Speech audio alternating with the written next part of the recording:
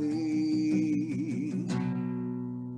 Take the life, drain the blood, seal the pact, drink the flood. I will take your fate into my hands and fulfill my destiny. Soon you'll see, soon you'll see. With the dying of the light, it will be my time to rise. I'll be waiting for you till the stars don't shine. In this misty shrouded land, on a tower I will stay. Eternity is just a drop of time.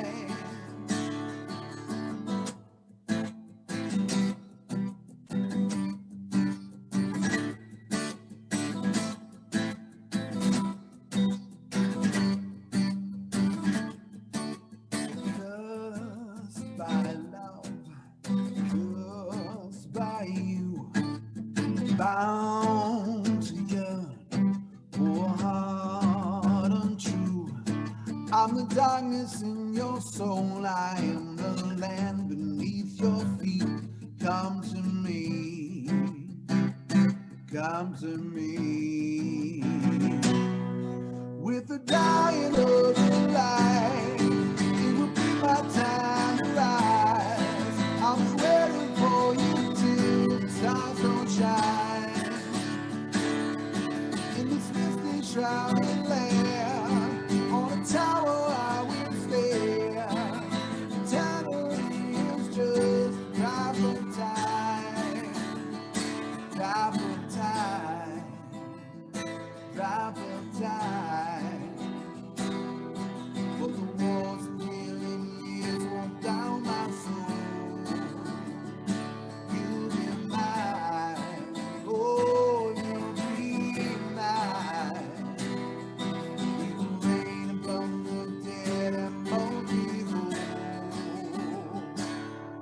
With the dying of the light, it will be my time to rise. I'll be waiting for you till the stars don't shine. In this misty shrouded land, on a tower I will stay. Eternity is just a drop of time, drop of time, drop of time.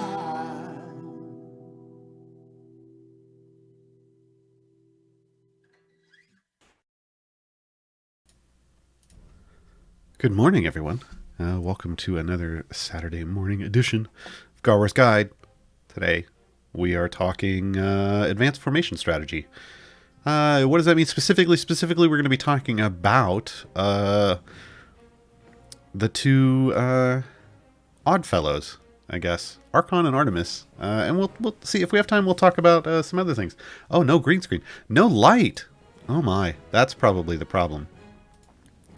Hold on, folks. Yeah, that helped. Sitting in the dark on a Saturday morning.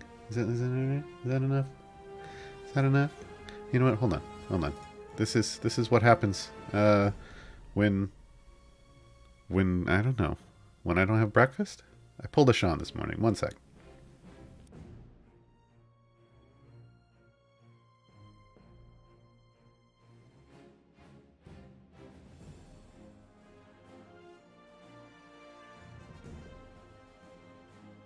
Okay, that's better. That's better. Lights are on. No one's home, though. Apparently. Oh, boy.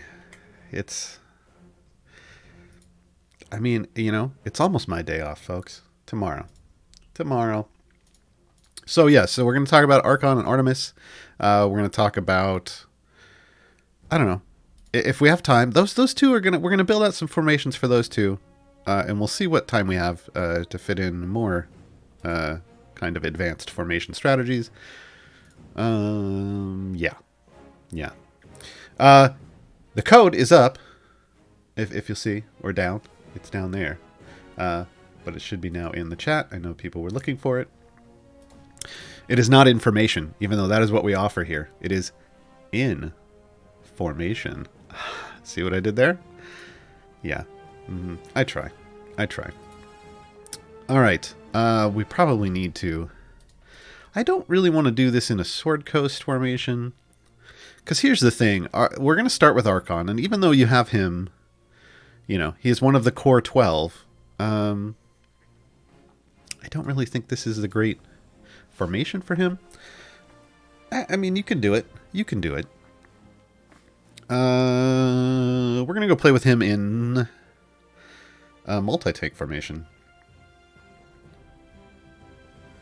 So if the game wants to reset, resetting me softly from my game. No, that's not a thing. It's not a thing. Let's go to Avernus, maybe? Do we want Avernus or do we want like Icewind Dale? No, let's go Avernus. Or maybe Waterdeep. Let's go Waterdeep. Let's go all the way to the end. No, let's not go all the way to the end. I know what's waiting for us there. I don't want to deal with that on stream right now. Unable to. Of course, it's unable to contact server. It's Saturdays. Here, Waterdeep under siege. Yeah, it's Saturday. The game's gonna game. Let's turn all of this stuff off. Looks like I didn't have anything set up for here anyway. And we'll get some clicky death things out there. Alright, so Archon. All the way down here at the end. Archon. In another formation that I'm going to close out so that we just have access to him and everybody. Because apparently I didn't do this before. I thought I did this yesterday. Apparently I imagined that. So we'll talk Archon. Archon you get right away. He's one of your core champions. His ability that we're going to be talking about, that kind of makes... He has two abilities, technically, that make it so that you use him a little differently than a normal primary DPS. One is Bulk Up, which only triggers... Well, both of these are specializations, technically, and not abilities. You choose which one you want to use. One is Bulk Up, and you do that if you are using him in the tank line. And we're gonna play around with that a little bit first. The other is Usurp, which is the one if you want to be able to use him anywhere. A lot of people do use him still in the tank line for that, but it's not necessary. He's got a couple skins here. Hand of Vecna, Gladiator. Let's put him in the Hand of Vecna one, because that's evil looking, right? I've chosen of Tiamat selected, which bulks up. This is his feat that we're going to tie with. You know, I've got him in a DPS mode, 60% with Grappler, and then I have chosen of Tiamat. But you know, here's one that deals 240% more damage, but slowly takes damage over time. Yeah, let's throw that one in too. Let's just, you know, he's going to start taking damage. See. For that though, we're going to need some kind of wonderful? No. Like a healer, right?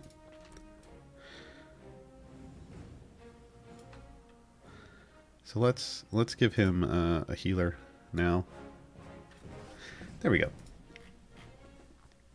We're not necessarily going to use that one, but we'll use that one for the moment. So if we're going to go like super damagey, this is how we do it. I don't know if Dinar can keep up with the healing here. Nope. He's not going to be able to.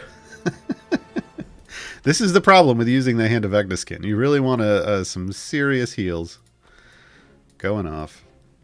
Dinar has a nice heal over time, which can top you off if you're not taking consistent damage. But whenever you're taking consistent damage, you're going to need a serious healer. So anyway, Archon. Ba-ba-bum. We're going to need to level him up. Let's get him to his specializations. So bulk up. Bulk up all positional formation abilities. This is the key to Artemis and Archon, is the phrase positional formation abilities. All positional formation abilities Archon receives are buffed by a whopping % for mine if Archon is in the front column of the formation.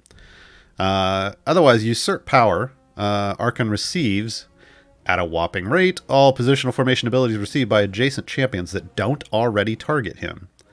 That's where we get shenanigans. But bulk up we're going to talk about first.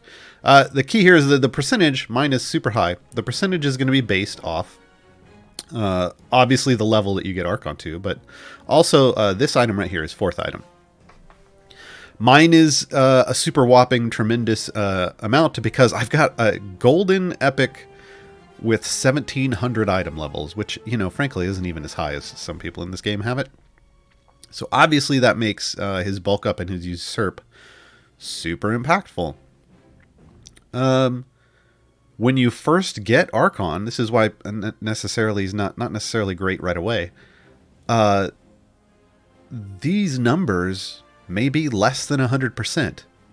In which case usurp is not great, because then he's taking things away at a lower rate than if you just gave them to him. And bulk up is... bulk up then is kind of where you would go with him in the front row, because then he buffs what he receives. So we're going to focus on bulk up right now, because this is a bit more traditional in the sense that you do want to direct your positional formation abilities to Archon. And then he's going to do shenanigans with them. Right? So he's going to take anything that you give him, and then he's going to make them even better under this scenario. So with a bulk up going on, you can do just about anything with a normal formation, right? Who do we want? We can throw some people in.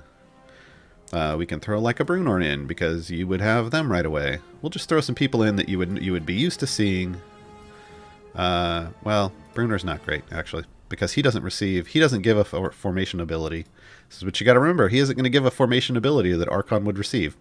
So we want to push everything forward. We're going to go Calliope. Calliope can go right here, because again, Archon is the actual DPS. We can bring her down a little bit. Who else do we want to see? We're going to need a tank. Or are we? You can use something like Eturiel. And we can just shove everything onto Archon and just say, no, you know, we don't need no silly tanks.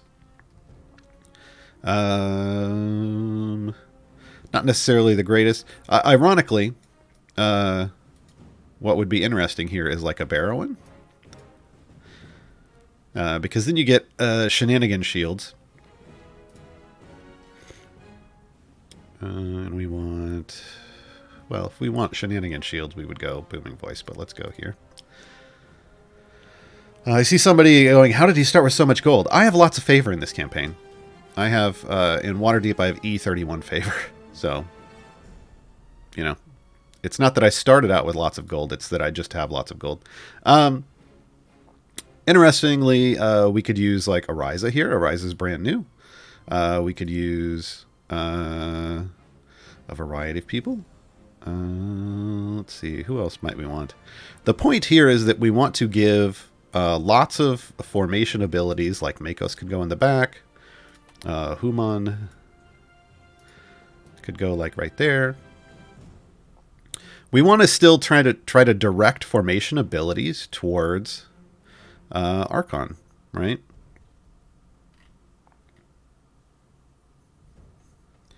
We can add Human maybe for some speed just to get us through here.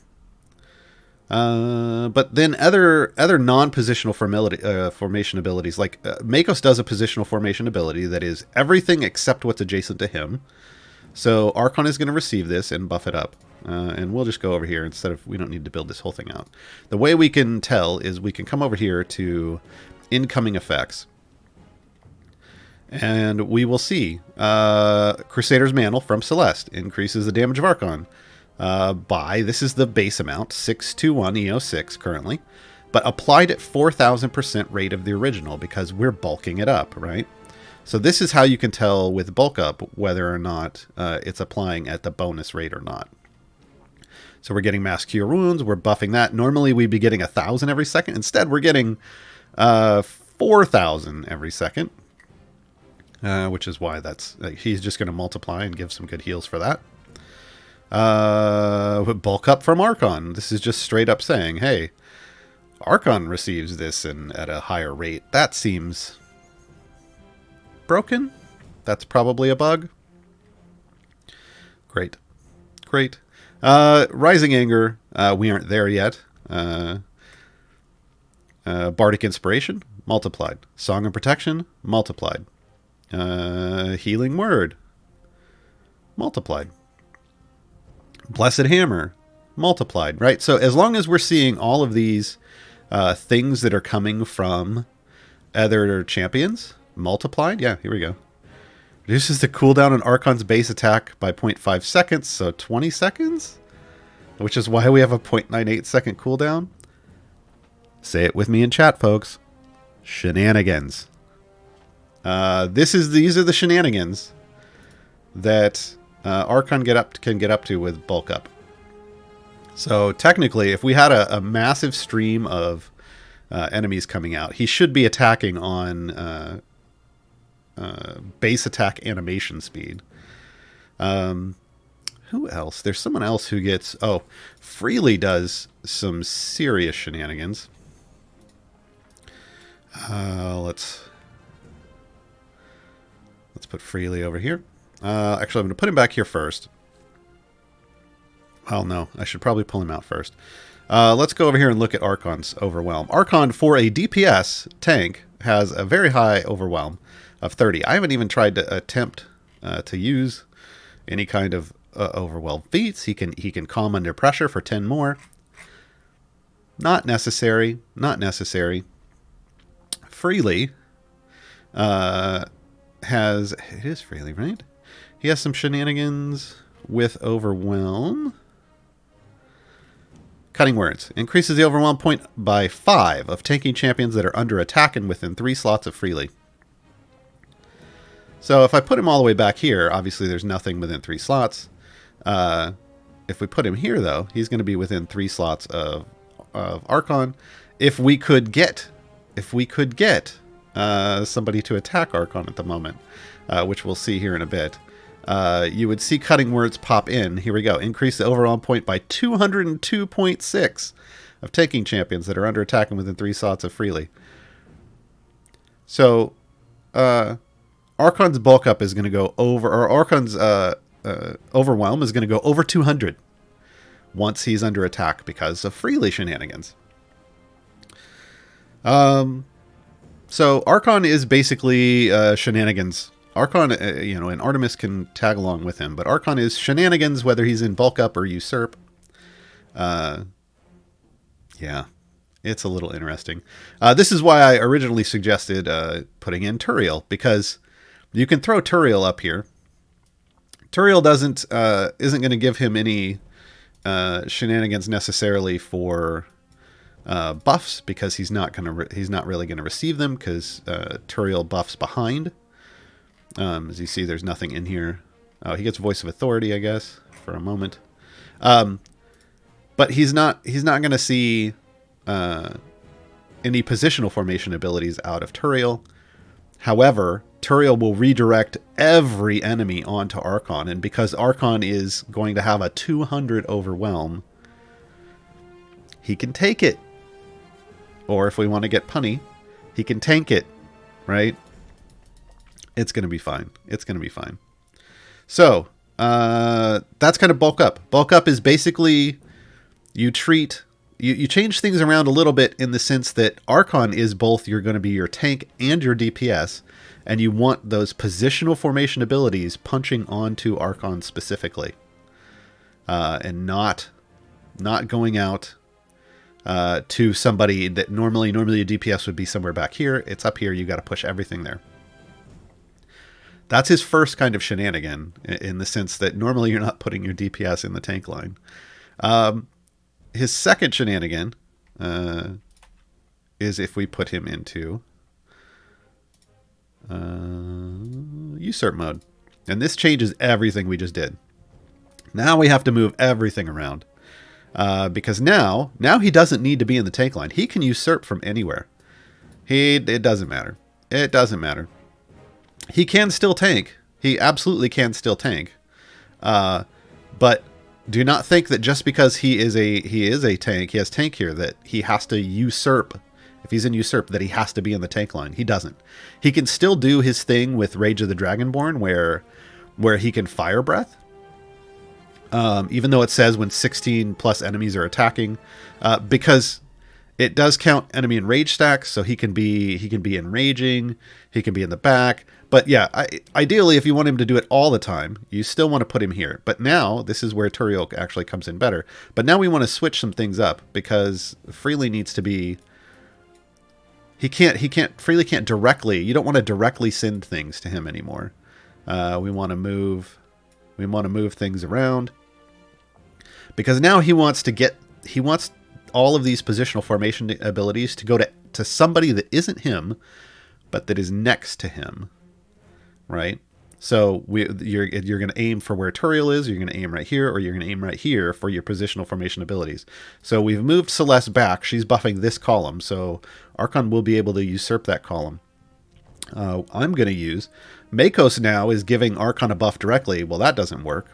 Makos buffs everyone that isn't adjacent to them. So now we want to put Makos adjacent to Archon. Now, Makos is now buffing Turiel over here, right? Makos is buffing Turiel, but not Archon, and Archon is then taking that buff from Turiel, right? And now we have somebody we can focus on. We can focus on Makos. So we can focus our buffs. So Calliope's, shielding this column and also up to here, like 2 up away, and buffing this column and shielding 2 away. So Archons can steal the shields from Turiel and can take the buff from Makos. Now we've got a plan. Now we want to either come right here into this column with our buffs, or we want to hit someone other than those people with them, right?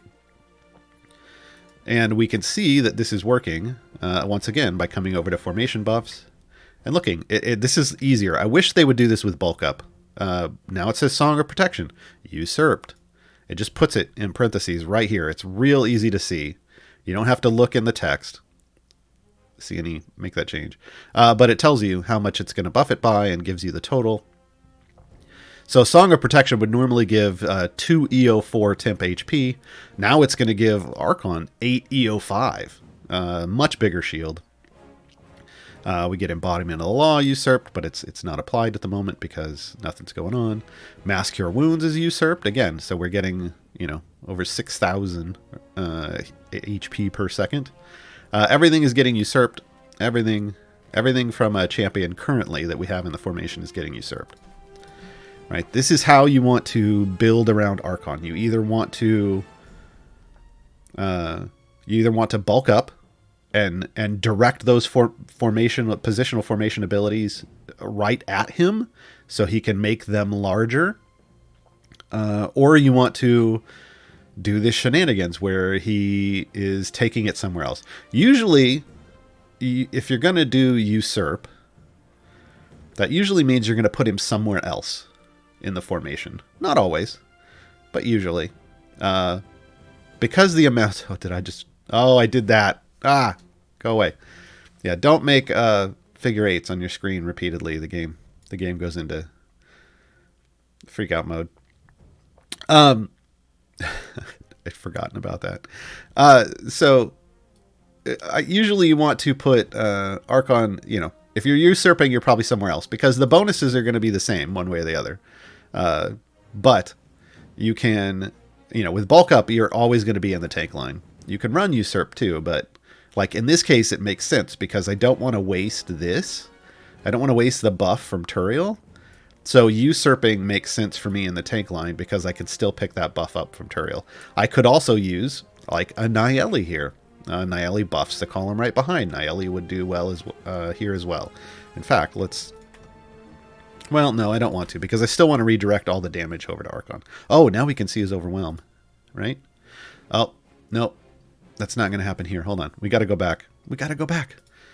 We must go back to bulk up. Oh, they've got to be attacking him. Yeah, we do need Nayeli in. Because they have to be attacking the other tank in the formation. There we go. Now, come on. Come on, you can do it. I got to change everything around because we just switched to bulk up, and so now nothing is working. He needs to be here now. And this needs to go back here, and this comes back up here, and this goes here. And now we're back into normal mode. Let's go back a level.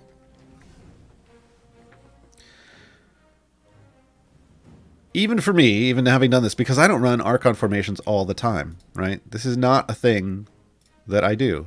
Why is it not?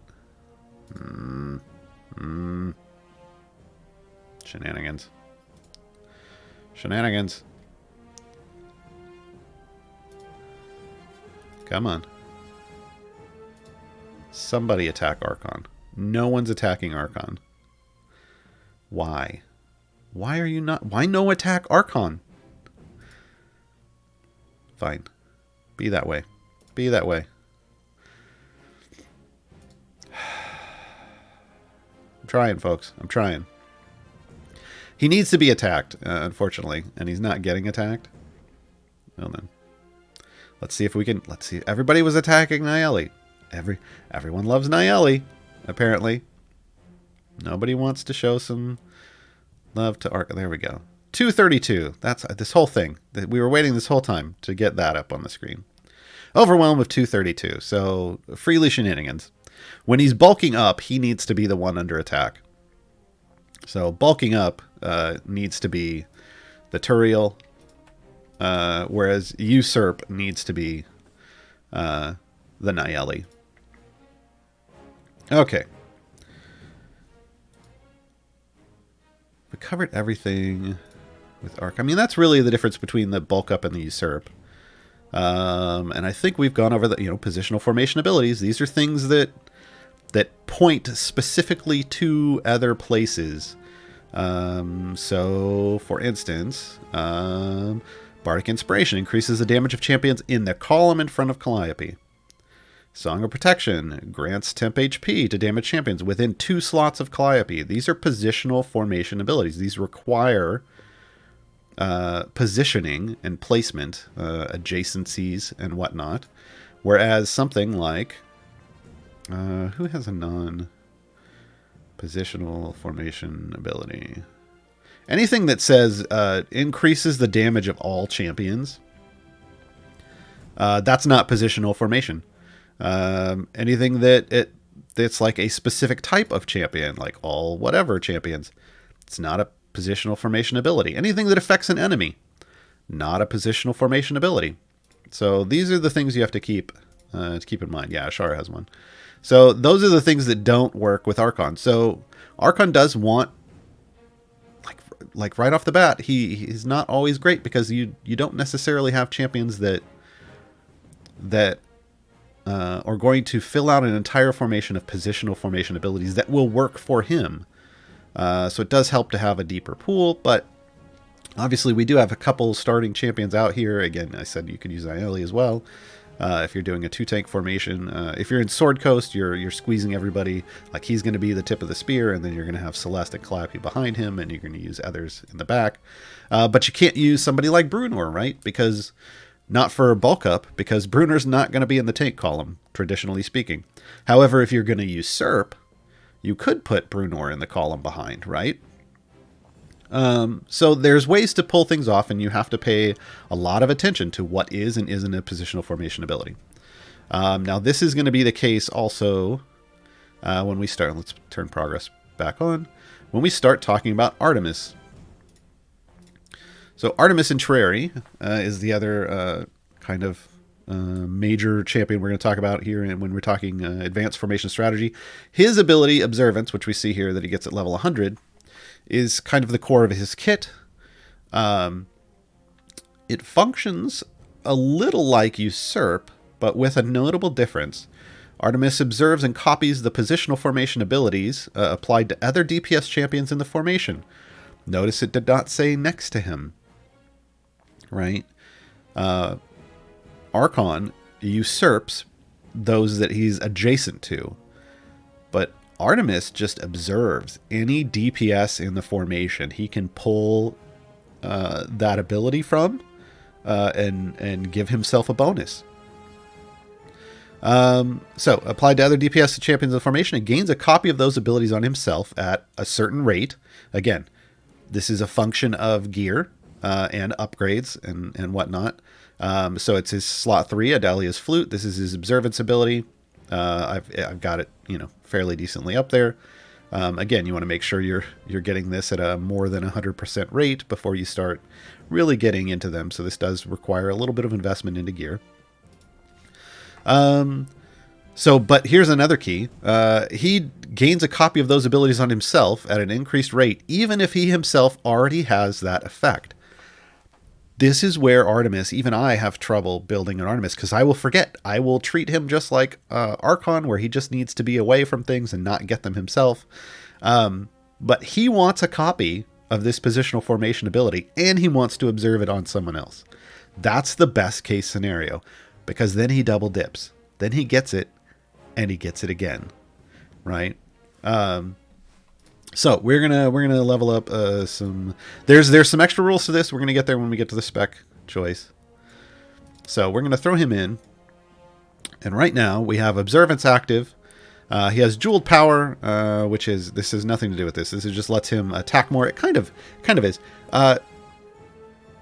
He likes to stack up his damage, but then he has another thing with his ultimate. Which we're not there yet, but he likes lots of DPS, obviously. If you didn't pick that up from Observance, he likes a formation that has lots of DPS champions. That being said, what he really likes is champions that are DPS/support in their role tag, because he wants to be buffed by them with a positional formation ability, and he wants to observe things off of them, right? So who do we know that has stuff like that?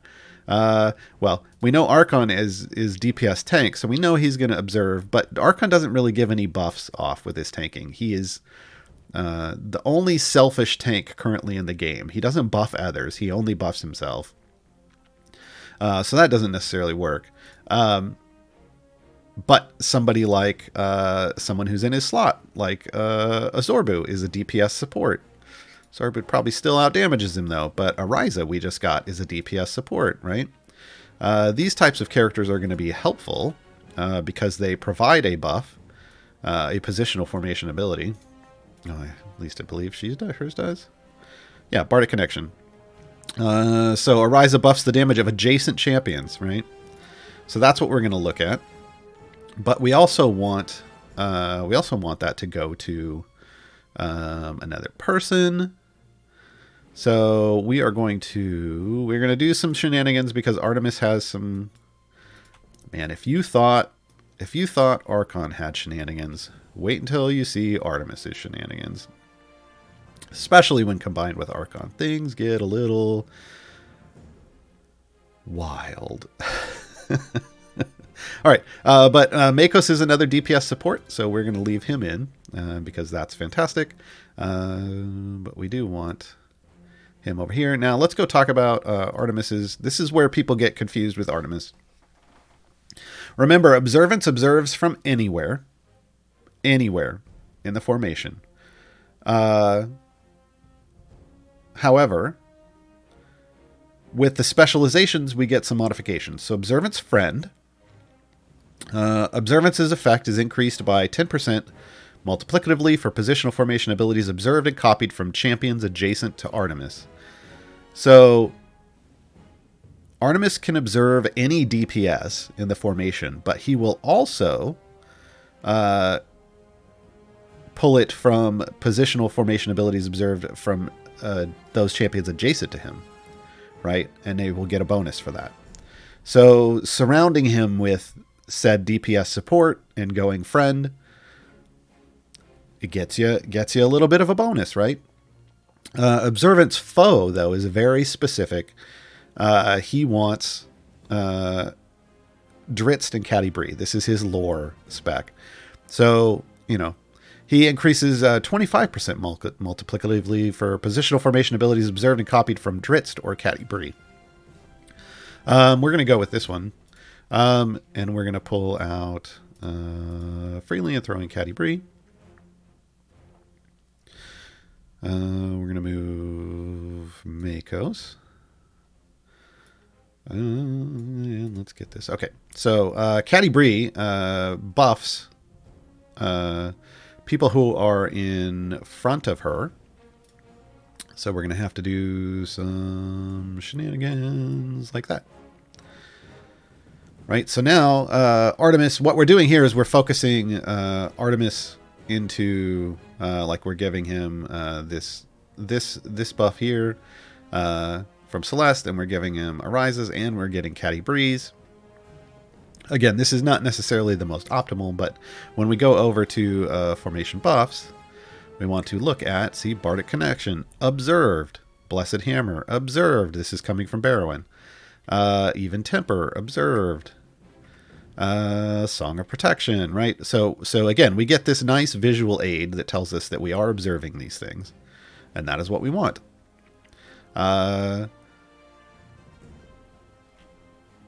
Let's see, anything that's not being observed that I'm not. No, yeah, everything's getting observed.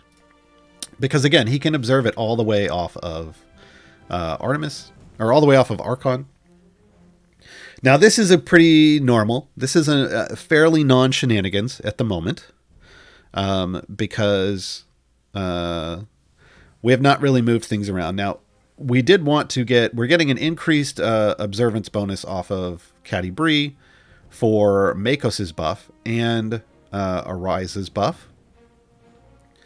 But that's it, right? So if you're going to use the Dritzt and Catti-brie thing, you need to make sure that you are positioning them in a place where they're getting more positional formation abilities applied to them, so that Artemis can observe it.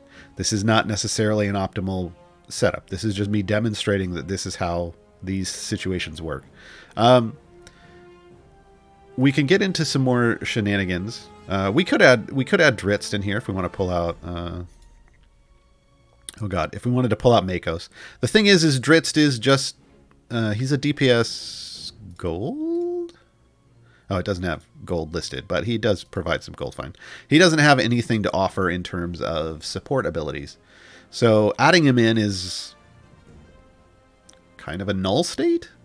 Like he can be another. You can place him somewhere, and then you could focus some more DPS abilities around him. So if we use him here, we want something more like this type of scenario where Artemis can observe him getting this buff, like if he wasn't already getting it from here, but now he can observe it at a larger rate, right? Because we're getting that 25% bonus by observing it off of Dritzt instead of Archon. So he can get that straight bonus here, but now he's getting a 25% more by here, right? This is the kind of things that you can factor in. And in this scenario, we wouldn't necessarily have to move if we couldn't put Artemis in front of Catti-brie, which we still can, then we could be pulling those Catti-brie's ability off here, but now we're getting it twice, right? We're still getting it multiple times and at a multiple rate, at a higher rate. So if we go look at Artemis, it should still, everything's still going to be observed, but we should see some of these at a higher, observed on Dritzt and Catti-brie. So it's going to call out that we're getting it, and now it's at a 3,000% rate of the original, right?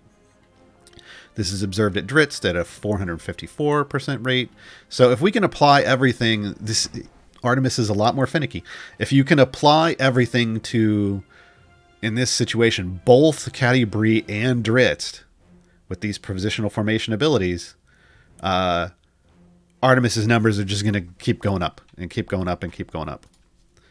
right? So there's a lot more finickiness, and a lot more. It's a lot more based around the layout and what champions you have, and can you direct those positional formation abilities correctly.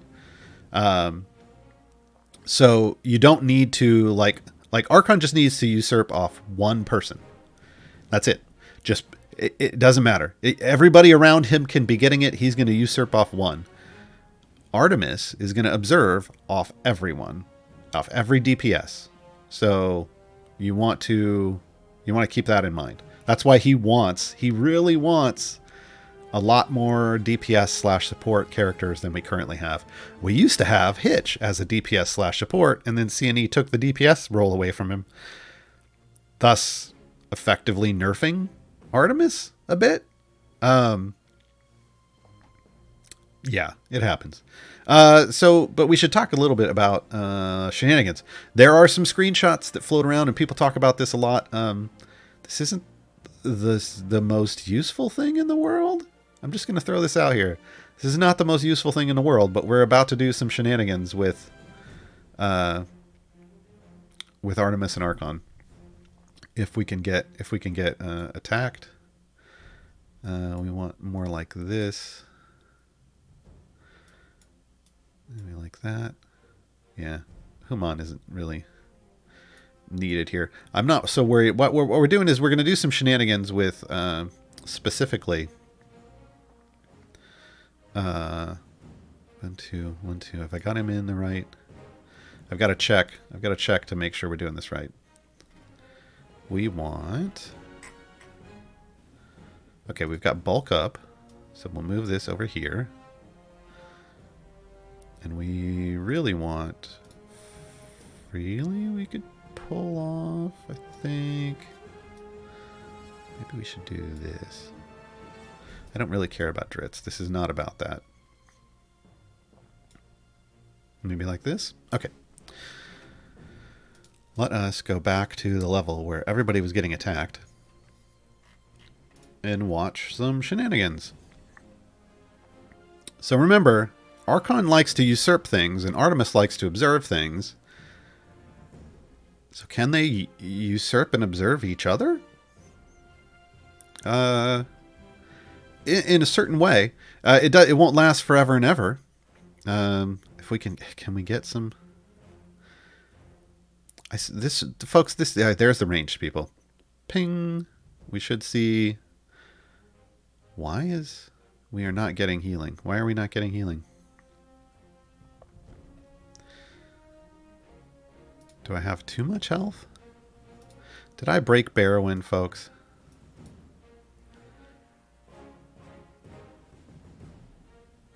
No? This is odd. Barrowin's supposed to be shielding, and it's not working. Well, in cases like this, we do what I like to call the redirect. Hey, everybody. Have you seen my guides? This is a cover because we're going to talk about this. If you want to know, I'm restarting the client in the background for those who want to know, because I think Barrowin broke. If you want to know more about what champions like Artemis and Archon can usurp and observe, I do have guides on the forums. I need to update these this weekend. I will do that since we are talking about this. But down here at the bottom, you will find formation abilities table, and I did go through and list off 4 champions up to whenever this update date was. I need to go in and do Ariza and maybe Human. It will tell you which abilities actually are observed, and which maybe they're not necessarily, and if like a champion doesn't have any, right? So you can go see what can be observed and what can't. Like Hellish Rebuke was maybe a little broken. It doesn't really work. It says it's doing it, and then it doesn't, or it did. I've got to go check it again. This is the thing. Whenever they go check stuff, I've got to go check it again. So you can find Artemis's and you can find Archons all the way down here. See, he has 1, 2. I do not have bulk up because bulk up is just everything. Everything is a positional formation ability. So it's effectively the same list as this. He's gonna bulk up, right? Oh, and I did put a little link so that people could see the outrageous, amounts of cutting words shenanigans that happen. Okay, hey, we're back. We're back, and now there's some healing and shielding going on. So one of the things that Barrowin does is Barrowin provides a shield of faith after they attack. That was the problem. Barrowin stopped attacking. Next healing word will grant temporary HP instead of healing. Well, she puts that on champions in front of her. So for whatever reason, Archon's not getting it. But normally Archon would get it, and man, they can't help me out here when I'm making a guide.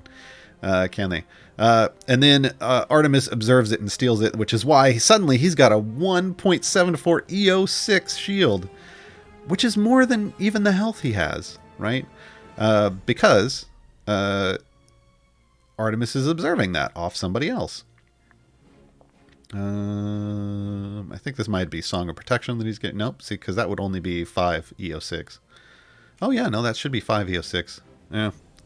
I don't know. Shenanigans. They can observe and usurp off of each other, but only in a specific order, and for whatever reason, it's not necessarily pulling off. Calliopes is going to be capped at 200% of somebody's health, which is why there's a cap there. But Barrowin's shouldn't be capped at all, and I should be getting a lot more. I think the problem is we're just dealing with a situation where we're not getting. We can fast forward this. Let me throw some speed potions on, and let us get to a place where we're actually taking more damage potentially. So we may highlight this a bit more during the Q&A portion.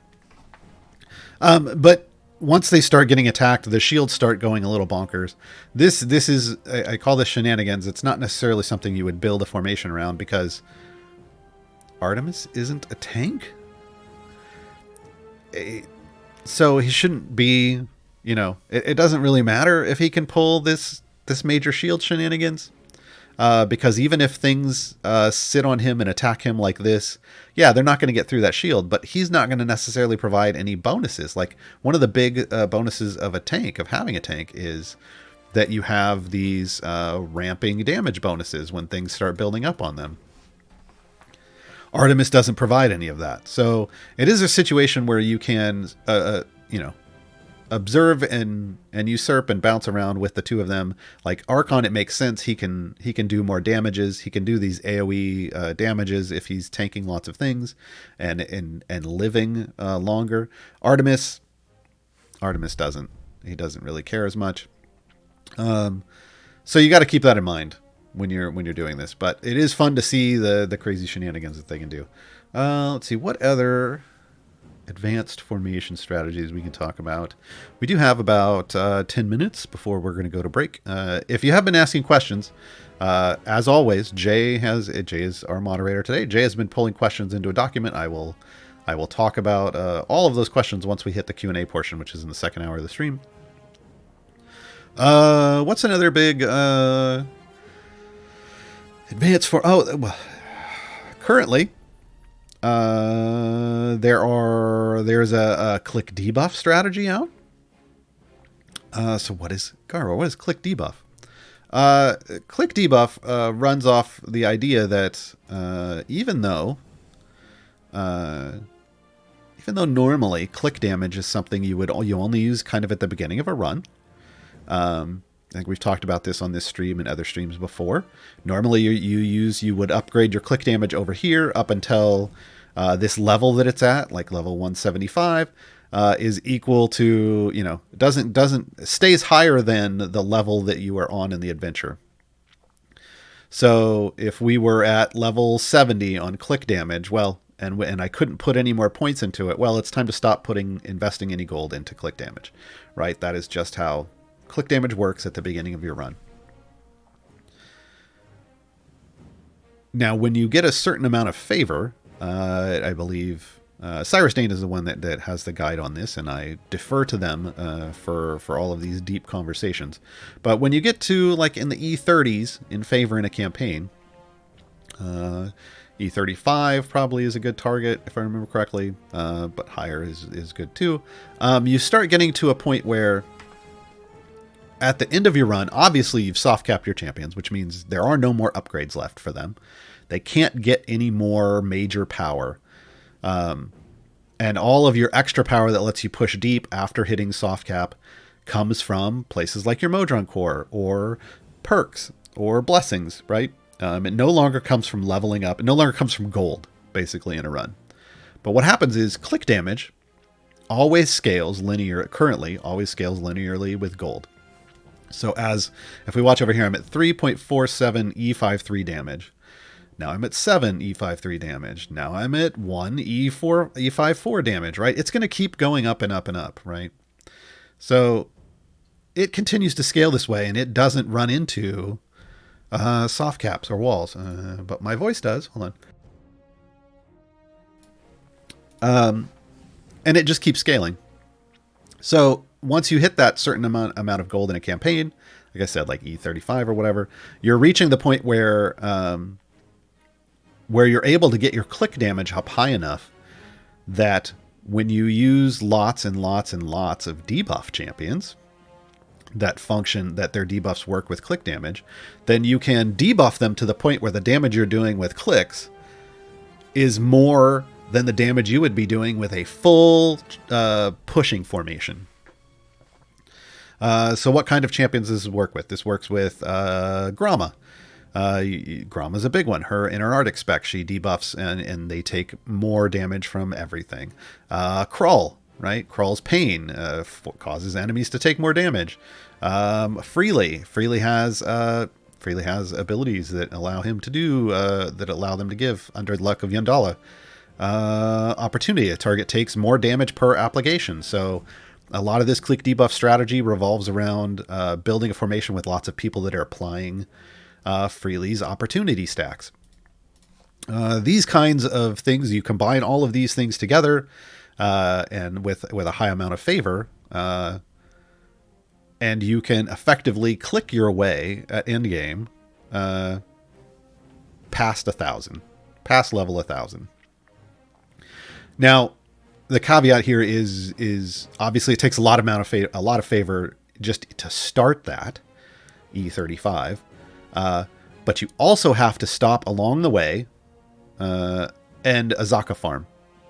So you're going to reach, little mini walls where your click damage you haven't been able to level it up to keep pace with the health that's coming off the enemies. And you're going to have to set up an Azaka farm, but Azaka doesn't need you to kill anything. Right? So that's fine. So it's fine that you're past the point where you can kill anything with champions, because Azaka's tigers can just bully your enemies for their lunch money. And you can use that gold to upgrade your click damage. And then you can keep pushing and you eventually, it won't start off probably right away at E35. It might, who knows? Eventually you will be able to do deep runs like this with click debuff until you're past 1,000. There is also there's a little bit of shenanigans going on there, because click damage was never meant to be used past those early levels. Like I was saying, beyond whatever level this is that we have it at, like currently it's at 205. I got some more gold. We can get it up a little more, 219. It was never meant to go past whatever this is. But because of all the debuffs that are in the game, currently it does. I will say that the developers have stated on stream before that they had a plan last year to change how click damage functions, and they just didn't implement it because they were busy doing other things. So that may happen, and that may completely erase that strategy from the game. So keep that in mind. Before you go all in trying to get all your debuff champions or something. We don't know when they will change that. And then another kind of shenanigans end game strategy right now revolves around Gym Dark Magic, which we have known for a long time that Jim that his Wand of Wonder. Okay, there it goes. Jim's Wand of Wonder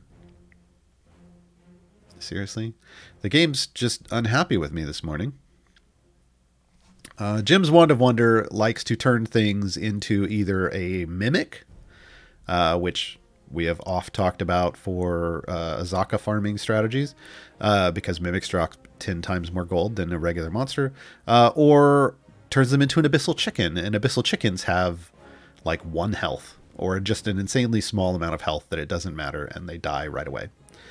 So there are people who now run a very active strategy past level 1,000, or to get all the way through there, to basically, and they combine it with like Briv to jump levels, and they can push all the way up to like 1,500 by trying to keep things away from their formation and not take damage, and get, chickens and lots of credit for things with speed champions. And yeah, there's some shenanigans there. So there's lots of in-game shenanigans that currently are, people are finding out. If you want more information about that, hit up the Discord.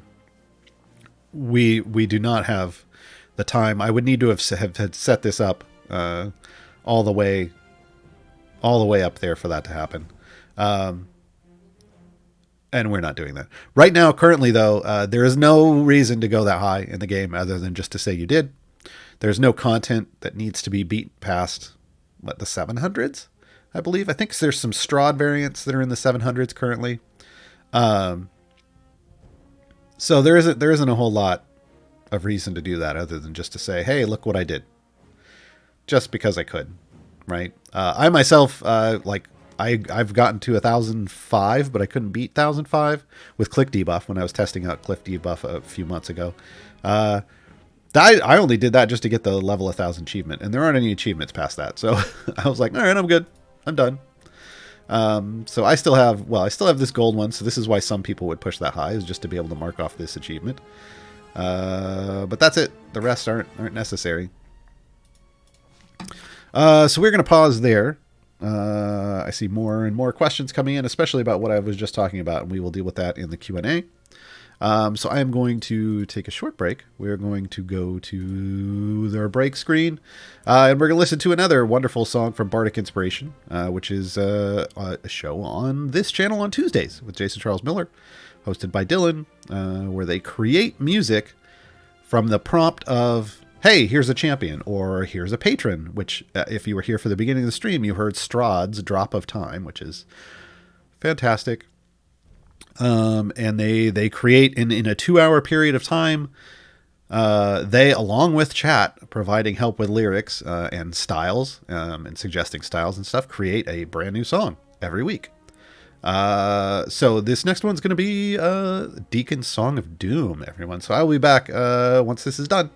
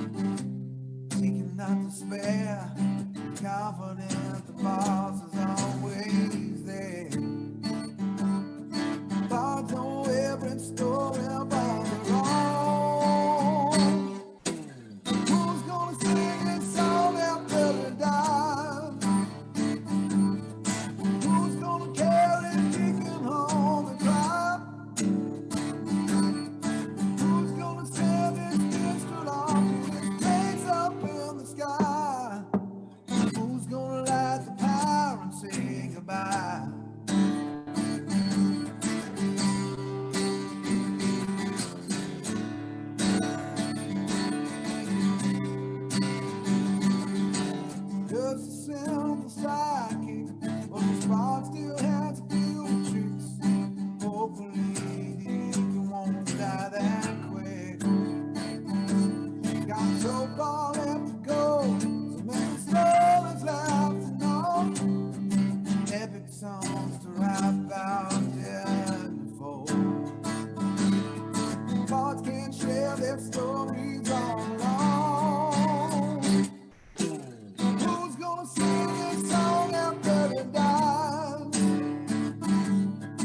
Who's gonna carry kicking home the crowd?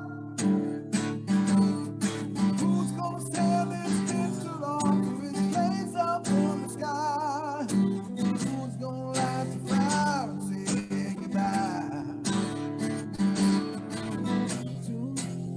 Not too many kobolds when they haven't back and told you to tell.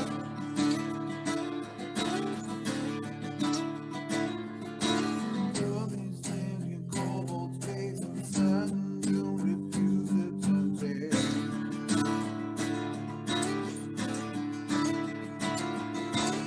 But these little kobolds will never stop me. That the hero he was with or having begging on his knees. Who's gonna sing his song after he dies? Who's gonna carry kicking home the crowd? Who's gonna stand this pistol off with his face up in the sky? Who's gonna light the power? Who's gonna light the power? Who's gonna light the power and say goodbye?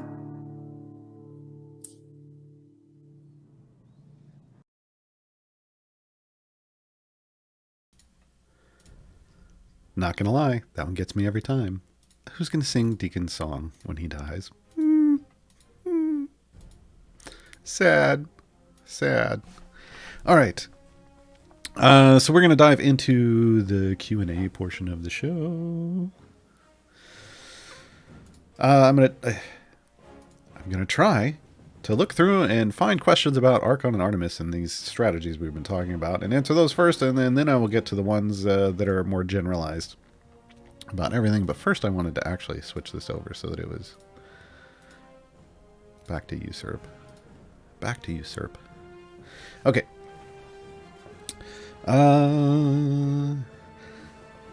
I like the phrase shenanigan shields. Please articulate what that means. Basically, it's the fact that when you use Barrowin with Artemis and Archon, because of the way they observe and usurp and stuff, the shields can get just way too high. But we'll probably, let's see if we take them out. Let's see what happens. We'll have to get somewhere where they're actually, taking damage and whatnot, which we can artificially manipulate, like this, potentially. Nope, they're still killing all the things. They'll get there. And we'll see at some point they'll get like shields. See what's bothering me? It's got to be like this. No, it's got to be like this.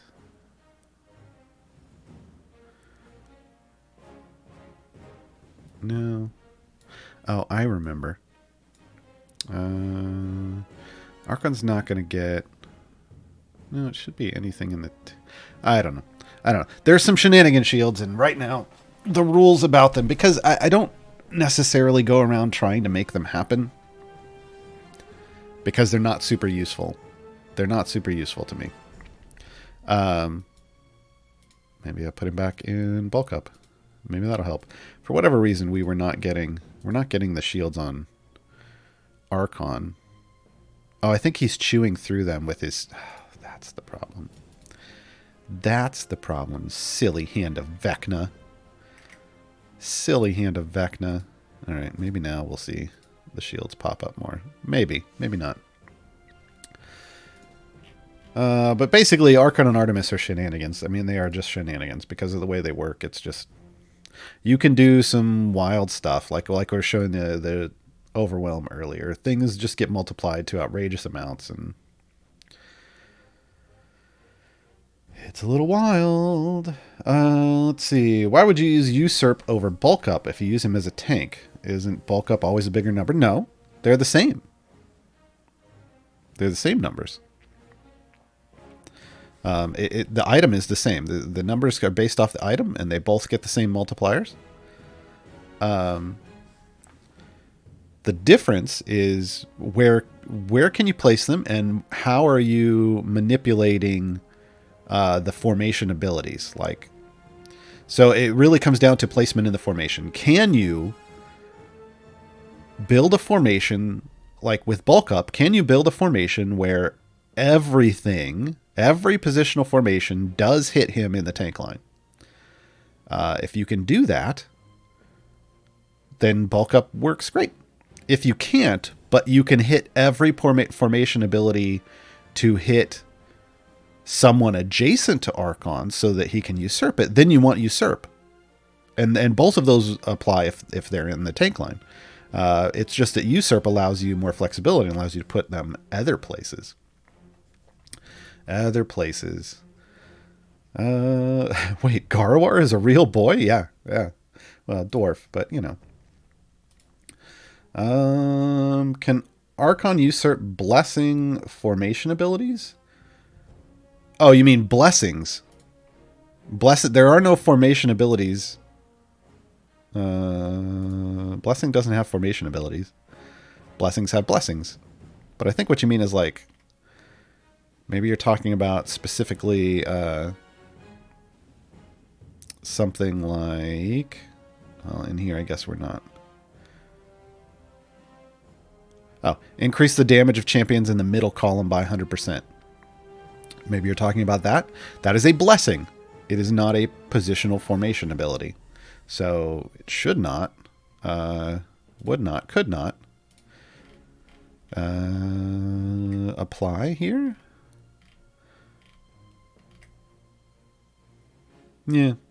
Nope. Can I get a link to where those formation abilities tables live? If somebody didn't do it already, here it is again. That takes you to my page on the Reddit wiki. And you just have to scroll down and find Archon. He's under the core champions. And Artemis is under still under event champions. So he is still an event champion.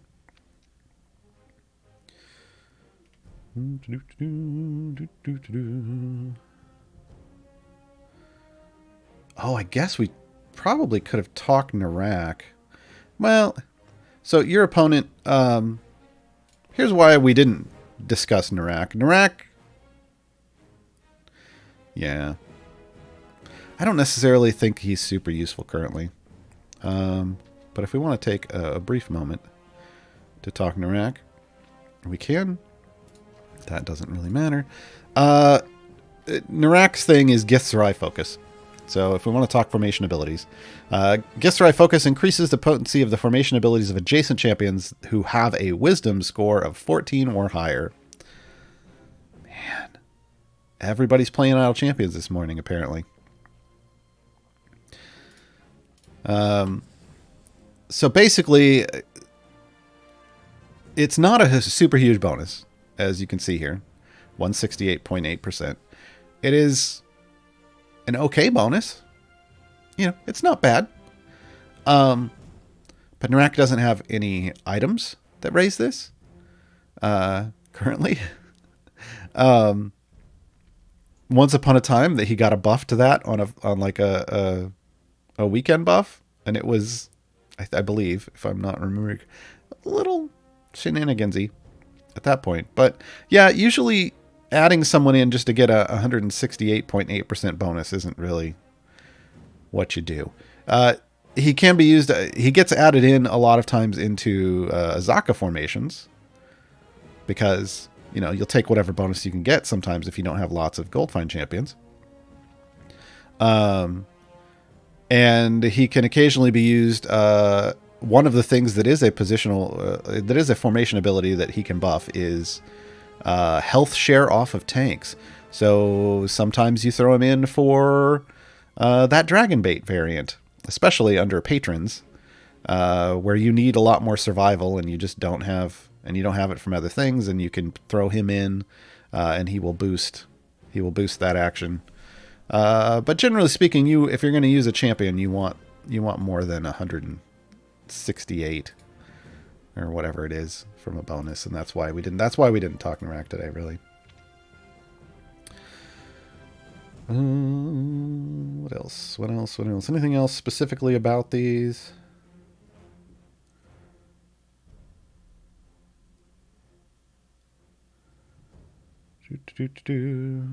Wait, if you take off the Hand of Vecna, doesn't he die? No. No. It's just a feat.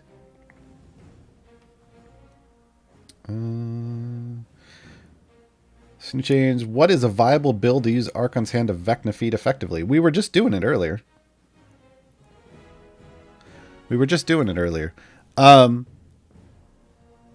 So, I mean, we can do it again. I feel like I was doing it this whole time.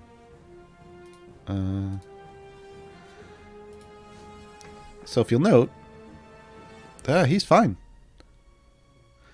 He's taken a little bits of damage, but not a lot, because obviously I have 2 healers out here, but the key here is he's either usurping or bulking up the positional formation healing off of Celeste, but also Barrowin. If we take off Barrowin, let's see how he does. But the key is you want healers who are positional formation ability healers, like Mass Cure Wounds goes from 8,000 to 33,000, right? That's what we want. This is going to keep that health topped off nice and fine. So yeah. Again, it's going to be partly it's going to be items, right? Like Archon and Artemis are very much about item levels. They get the higher you can make those bonuses that they get for what they're doing here, the more viable they're going to be for you, right? I think that's everything specifically. If people have more questions, of course, you can bring that back around again and we'll go. But let's go back to the top. Prince Eugen, hi. For what is the space bar where you can put your familiars? Are we talking about this? Like if you put, I'm holding down F, by the way, people. That and on PC that brings up all the placement things. This is the random ultimate slot, which just slides things around randomly. This is the nice thing is you can hover over, etc., etc. Yeah. So that's that. You can just drop a familiar in there, and it's gonna move back and forth and fire one off every 30 seconds, as long as it's off cooldown. As long as the ult is off cooldown. That's how that works. Everywhere else, like you can put them on specific ults or whatever. But if you don't have a lot of familiars, usually when you get near your wall, you just put them roaming up here. Up here. Mikazina, you can somehow disable dialogues to pass levels without clicking. Oh, the text. So under settings, there is a cinematic speed. So this is manual. That means you have to click through all the dialogue. Or you can go slower, so it will progress on its own, but slowly. And then there's normal, and there's faster. And then there's just instant, which means you never see the dialogue at all. Which, because I play this game idly 99% of the time, I just have it off. Razel Van Helsing, does Timegate free play follow the same rules as the one in events regarding gold chests? I'm not sure what that means.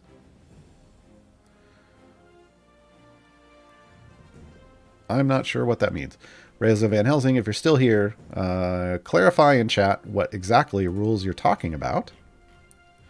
Or maybe Jay. Well, that's what I'm assuming, Jay, but unless they confirm, I don't feel comfortable just assuming that.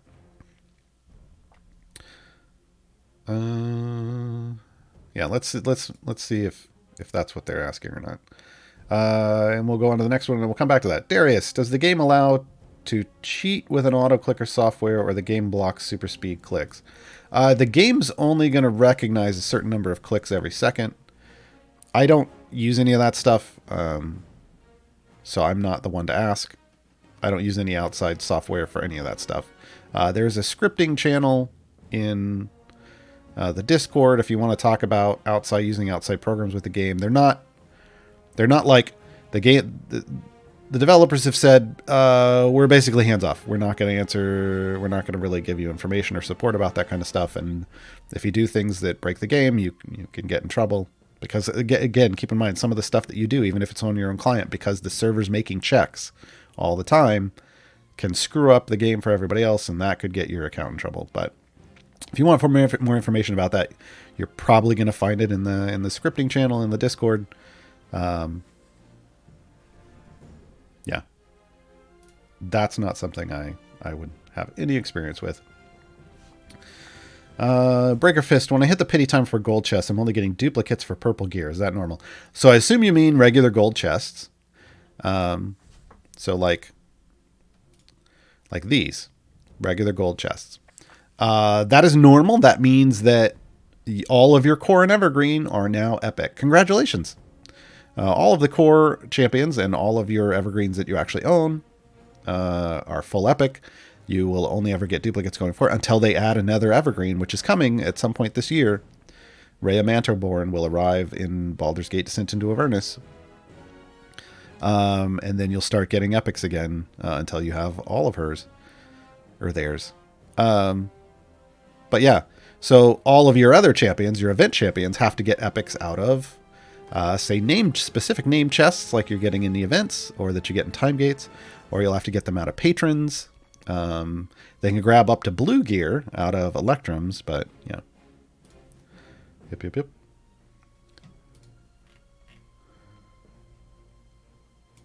I think it's worth trying to farm all Ricochet? Do you think it's worth trying to farm all epics for the current event champions? Trying to decide if it's worth popping a bunch of bounties to farm them. I mean, it's nice to have all of them. I don't know how you value your bounty contracts. I use all of my bounties every event, so I'm always farming lots. Some people save their bounties until they find a champion that's worth it. That's super subjective to each person. And I feel like then you're just sitting on lots of potential power. I don't know. It just that's just not my thing. I like to keep all of my champions as I try to keep it at least as equally as geared as possible. All the new incoming champions. So like I burned all my bounty tokens, which was like got me over, or all my bounty contracts, which got me over like 80,000 tokens, and then I used them all, and I got like 25. Well, now 26. I need to open this. Hold on. Do I get lucky? Do I fully epic out Ariza today? No, I don't. But that ended up getting me 5 epics. I got super lucky. It should have only given, like on Pity Timer, it would have given me 3. I ended up getting 5, so I did better than the Pity Timer, which is nice. And then I will just work to get this last blue via, if I don't get it this weekend with these tokens that I've got left, I will get those with a time gate rotation. I don't see Raziel Van Helsing in here, so I'm going to assume they left. I will guess. So we're going to assume that when they ask about does time gate free plays follow the same rules as the one in events regarding gold chests, we're going to assume they're talking about getting a gold chest after level 50, and no, that's not a thing in time gates. That's a thing in events. Time gates and events are different.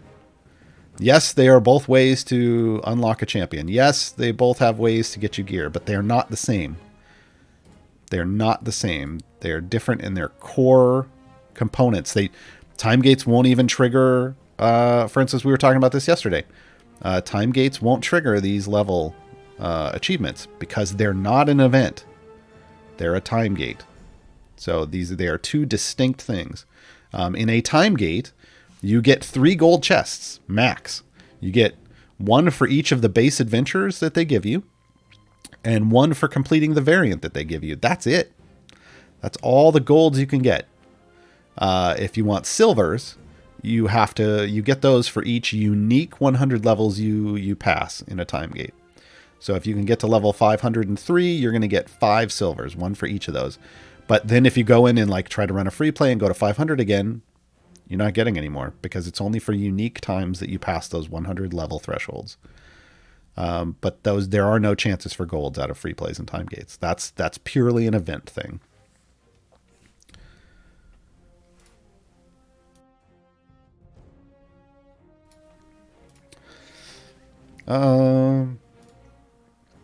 Is there a code to get the gold skin you have? I don't know what that means, S Bridges. S Bridges, if you're still in chat, what gold skin are you talking about? Little Lady Jessie, his game looks like it's running super speedy. Is that a thing that anyone can make their game do? Yes, via speed potions, which are right up here. Right? So I've got potions running. These are potions of speed. There's small, there's medium, there's large, there's huge.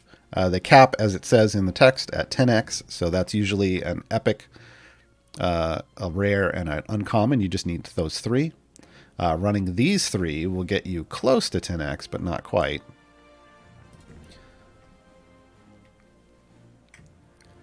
Dark Cyril, just unlocked patrons. How does patron currency get calculated? Is it a percentage of favor gained on a run or something else? Something else. Specifically, when you unlock patrons, I'll need to come out and hop out to do this. I'm not going to be able to show it. But in each patron variant you do, now I can't go back in. Each patron variant you do is going to reward you with patron currency. There's a certain amount based off how far you have to go, how difficult it is. It's going to reward you with patron currency. It's also going to reward you with patron influence. You can also earn patron currency by doing the weekly challenges, or the chores, as we like to call them. There's a fixed amount.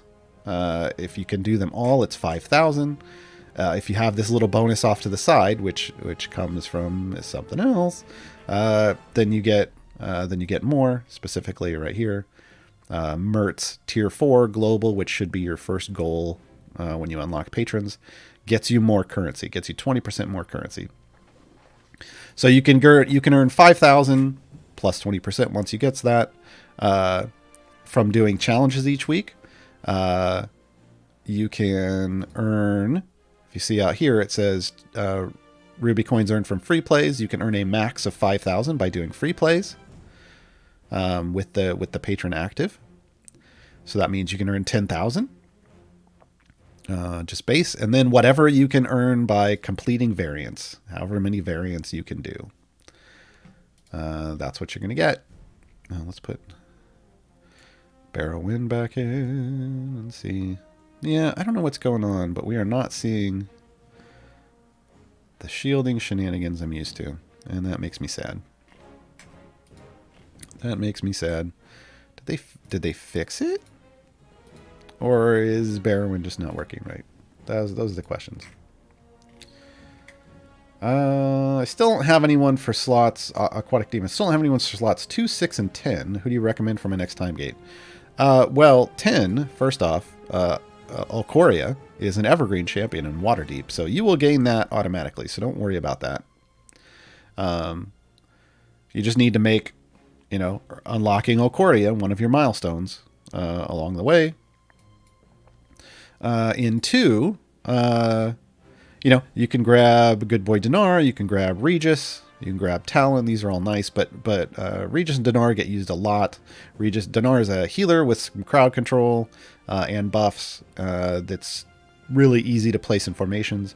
Regis has debuffs that are good for, a variety of things and pushing. And some say he's a healer, but I think they're liars. And then Talon is just a straight up buffer.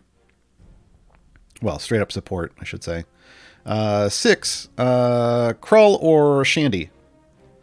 Krull or Shandy out of slot 6.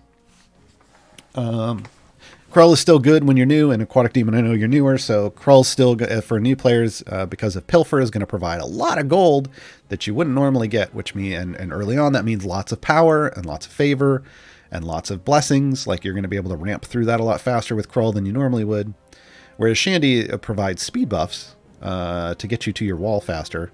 And Shandy also has some debuffs, or not debuffs, but some support buffs. If you want to actually use her as a support when you get to your wall, if you're not using like a Shard DPS. But otherwise, using Krull and combining Krull with like Hitch or some other DPS that attacks things, not Jarlaxle. You got to be past the Jarlaxle phase to use Krull. Just keep that in mind. Marvin Mark II. What happens to gear for champions you don't own yet? Is it wasted or saved after opening chests? So it depends on if they are a named chest or not. Like, so that gold Ariza chest that I had, if you didn't unlock Ariza but somehow got a gold chest for her, or actually let's do this a different way. In the Unfair Seas this week, one of the rewards, I think for one of these, yes, gold chests for day 2 was a lot of gold chests. Look at this. And they were named. So like, there was a named Black Viper chest. So if you got that named Black Viper chest, but you don't own Black Viper, you can open that chest because it specifically calls out Black Viper's gear. You will get the consumables out of it to use right away, and her gear will go into your collection up here. You won't be able to see it because you haven't unlocked her yet, but once you unlock her, it will be there. This is different from, say, a weekend chest that you get from the newsletter. The weekend chest can drop gear for any of these 5 champions.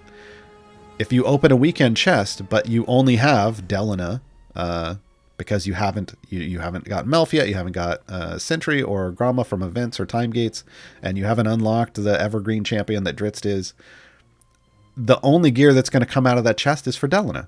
Because in a group chest, the only gear that can drop is for what you own.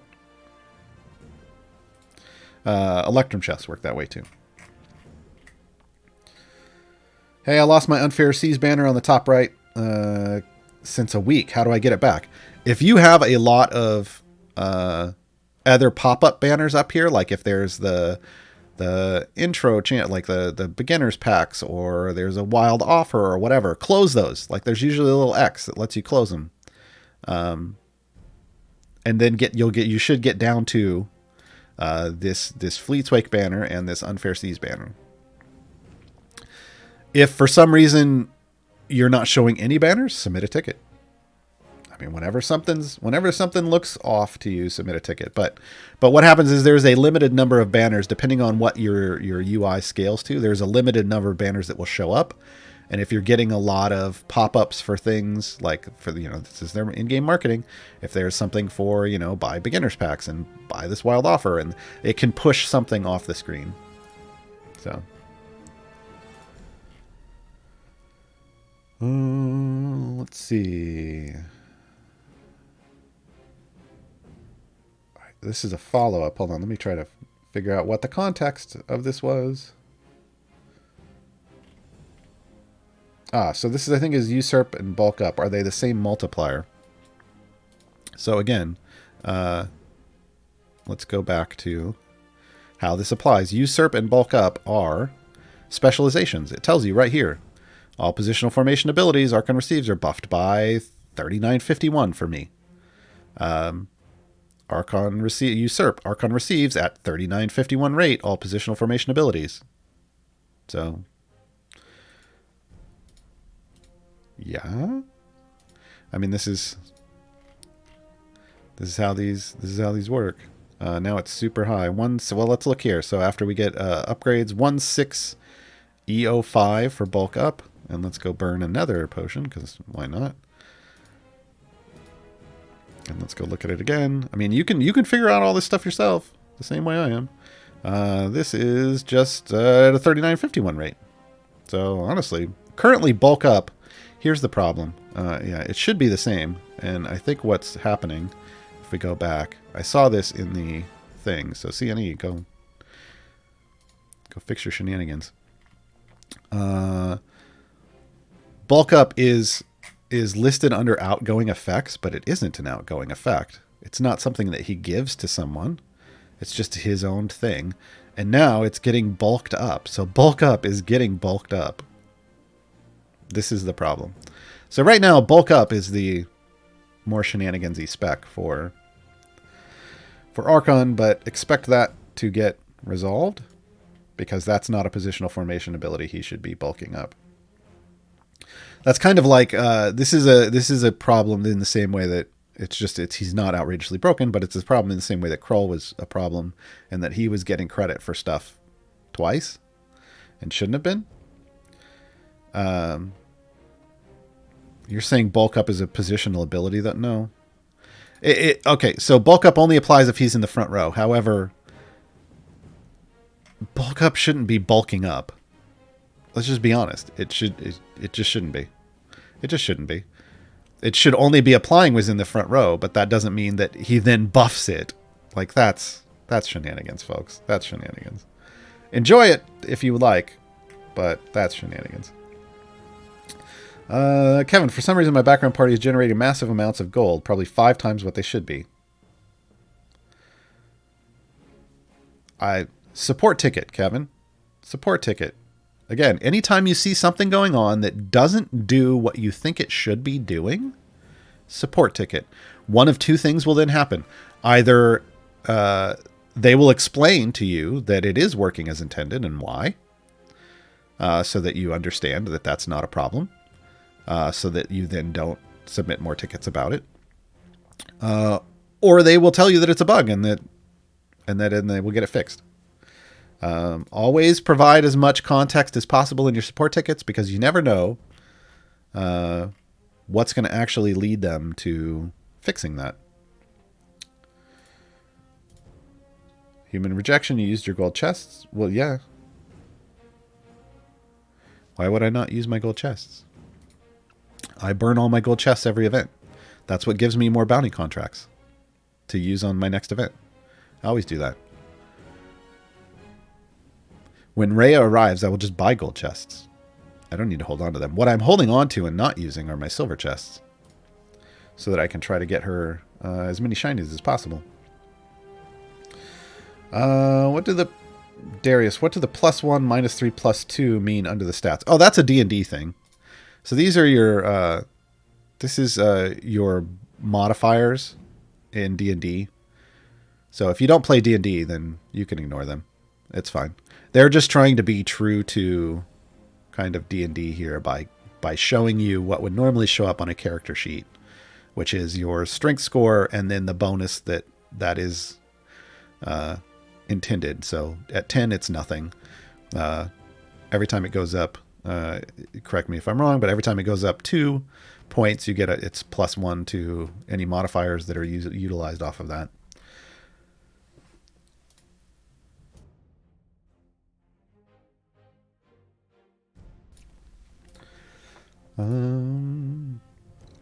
Do silver gold chests have a chance to drop in time gate free plays? No. No, that's an event thing. Again, I covered that earlier. Time gates have their own rules. You get a max of 3 potential gold chests, and then your silvers are based on how far you can push, not how many free plays you run. Because you can run infinite. This is why this would be a bad thing. This is why the rules are different. You can run an infinite amount of free plays in time gates. There's no token costs. So it's not about running a free play to 51 over and over. It's about how far can you push. Would it be possible to fix Cathris's demon to not spawn on a dead member of the team? If it's a... Bromium, that's a bug. So submit a bug report. If I sound a little frustrated with that, it's like, why do people not submit bug reports? I'm frustrated. These are things that should not be happening. These are not questions for me. These are bug support tickets. I haven't seen that happen before. If it's happening, submit a bug report. Please submit bug reports when you see something going on that shouldn't be happening, even if it's in your favor. Even if it's in your favor. Please. Stormraiser says that this gold skin was about the different shape of gold coins. Oh, okay. That's, yeah. Waterdeep uses a type of coin called a dragon, which is why Waterdeep Dragon Heist is not about dragons. You're not stealing dragons like the creature dragons. You're stealing gold coins or getting gold coins, and they are called dragons, and they have this shape that's up in the top left. This is what a Waterdeep dragon looks like. It is that is that shape.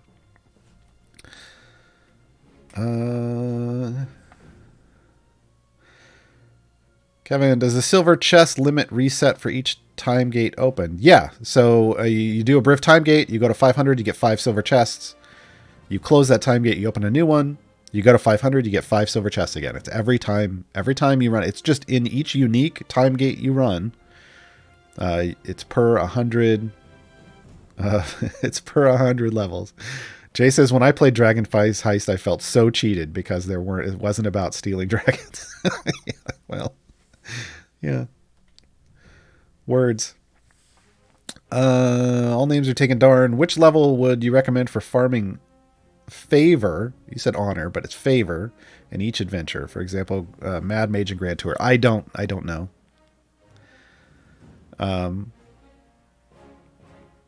Because that's not really a thing I do, I guess. I am a firm believer that you shouldn't necessarily need to do that.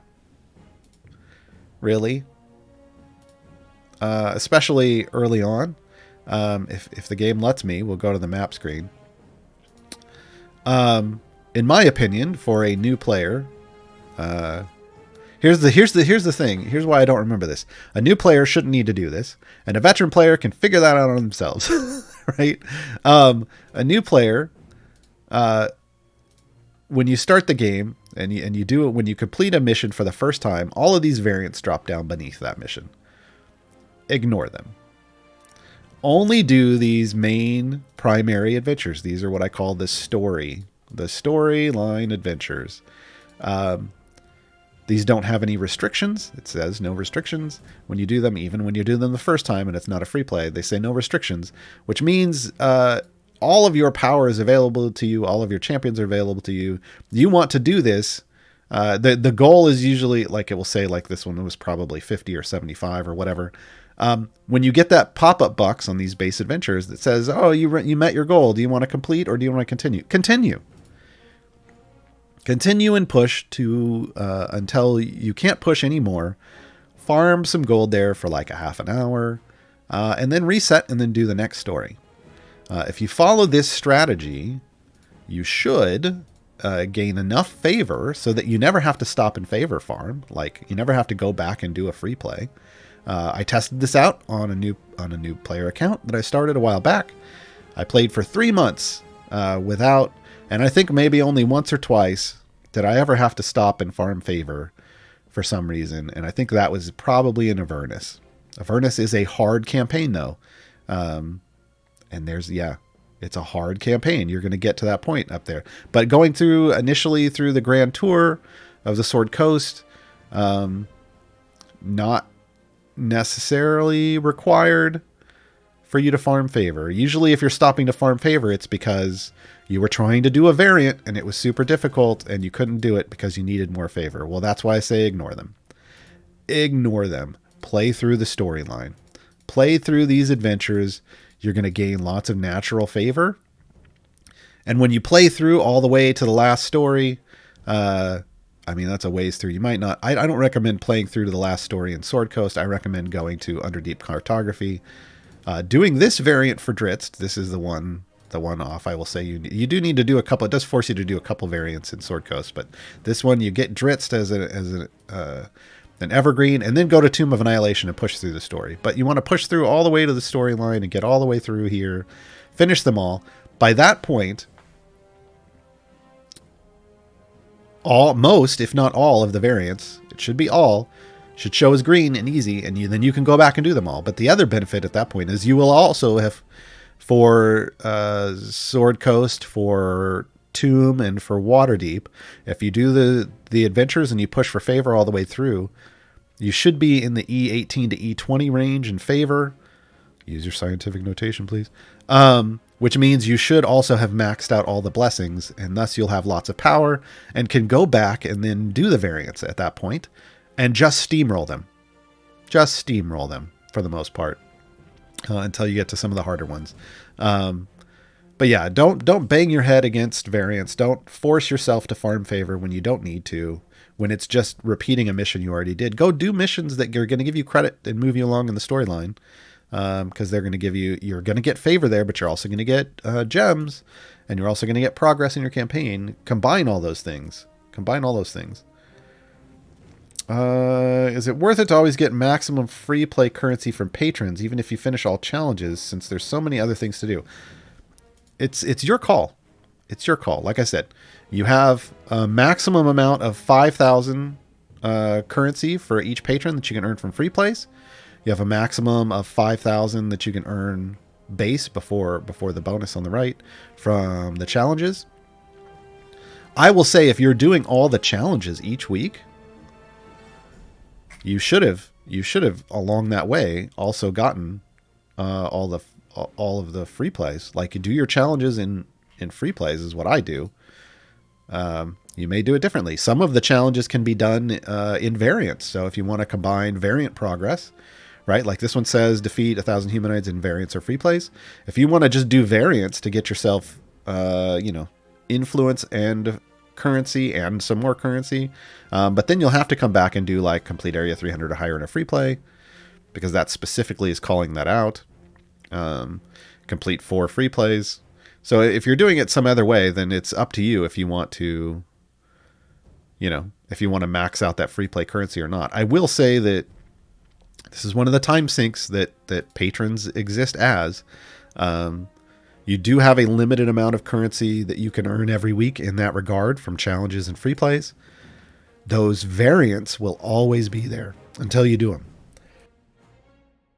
So it is almost better. It is just better.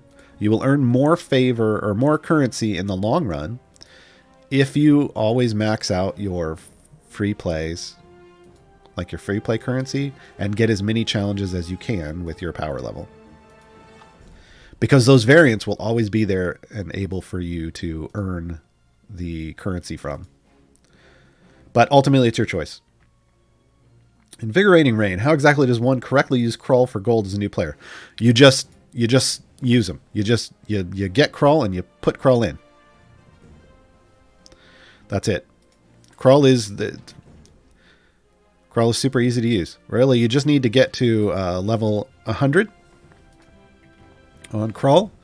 Well, technically, level 50 will get you the plagues, and the plague pilfer is what causes them to drop more gold. But level 100 will make potentially give you opportunities for those plagues to spread and multiply, which really starts making things go up. And then when I'm a new player, I run Plague Focus Pilfer. Because as a new player, sure, double damage might be nice, or spreading double damage might be nice, but getting double gold is better, because gold is power as a new player. So not only are you making more gold, which is more favor at the end of your run, but you're able to buy more upgrades for your champions.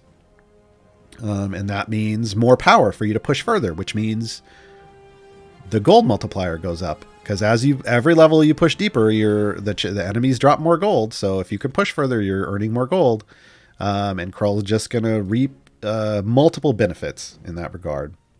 You do want to, like I said, you don't want to use him with a Jarlaxle. So if you're brand new and you're still using Jarlaxle as a DPS, he does not combine well with Krull. That's why I usually say Hitch is a good option at that point. Or if you switch like to Jamilla.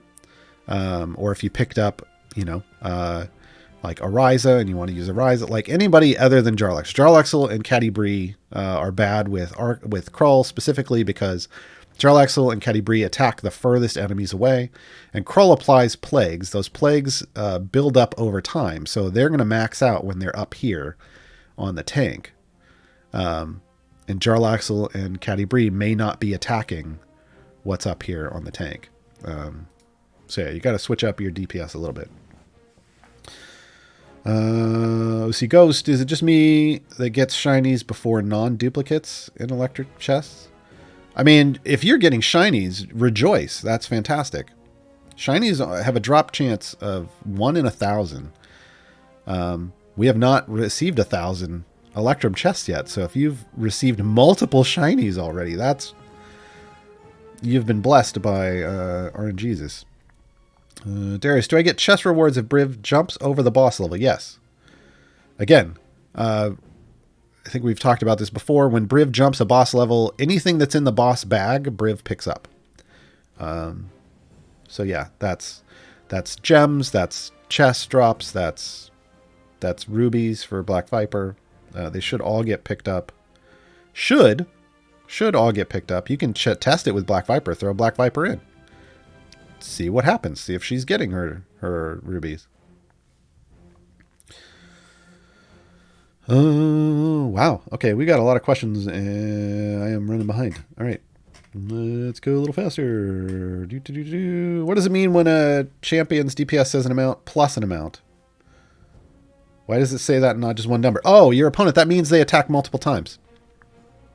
So let us go to Hitch. A number plus a number, right? Because his base attack is face stab, but if you notice, there's a melee and a ranged here. So Hitch throws a number of daggers and then stabs the nearest target in the face. So it is showing you that there are two different types of damage going out. One is a melee, which is one of these numbers, and one is the ranged, which is one of these numbers. So that means there's two attacks coming out, two different types of attacks coming out from that champion.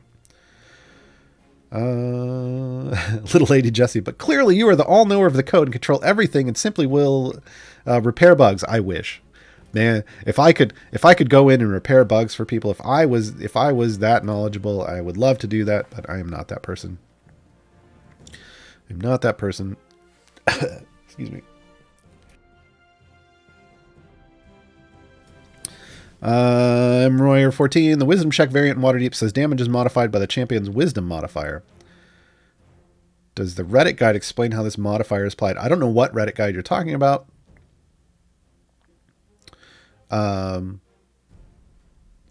You're talking about a variant, so the rules of that variant are whatever the variant says it is.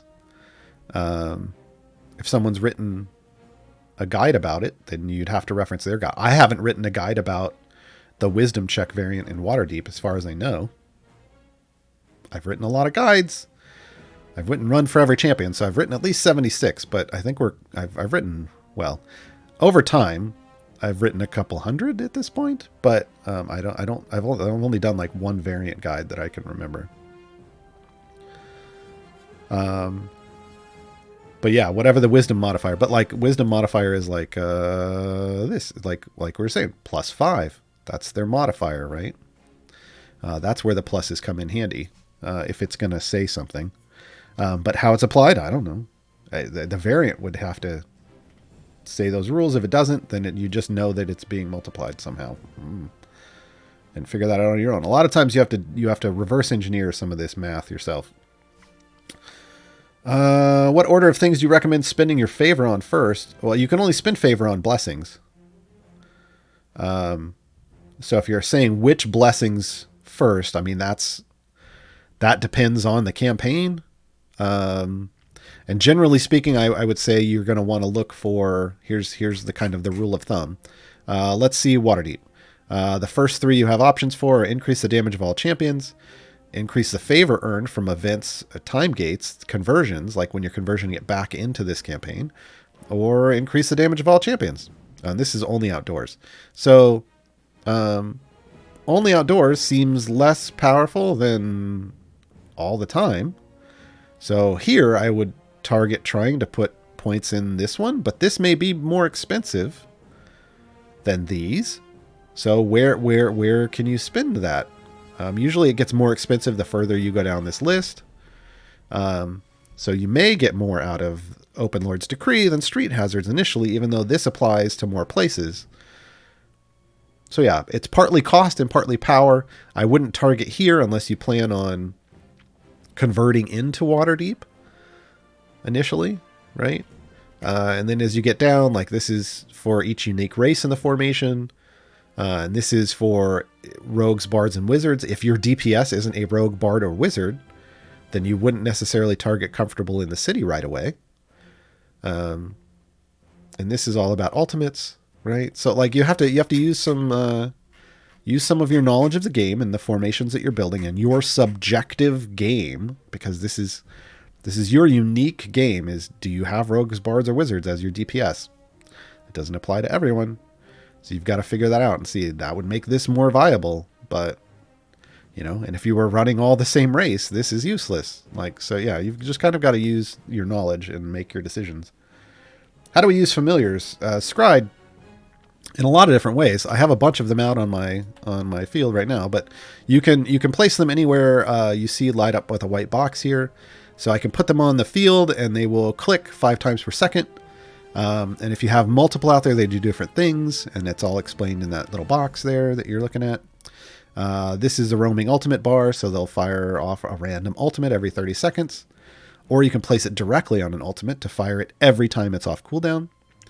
You can put it down here to upgrade click damage. You can put it on a champion to buy them and level them up per however you've selected here. And then that's it currently. Currently, that's all the things that familiars can do. Basically, they are a form of automation for you in the game. Here, I'll put some out. So there's some clicky death going on. Well, at least some clicky.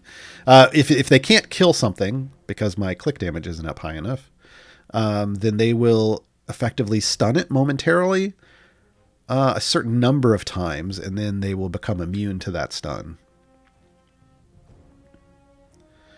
I'm still going. There we go. 340. Yeah, that's not enough to do anything here.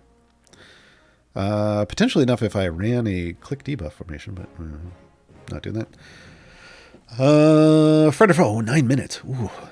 Friend or foe. Common new player here. Common mistake. Any common mistakes to watch out for or tips? Tips would be learn how to build a formation. I've got a guide for that. That's the biggest thing that you can start learning to do early on. And that requires you starting to understand how your champions work. Common mistake is what I was talking about earlier, which is people trying to do variants early on. Don't ignore your variants in the regular campaigns.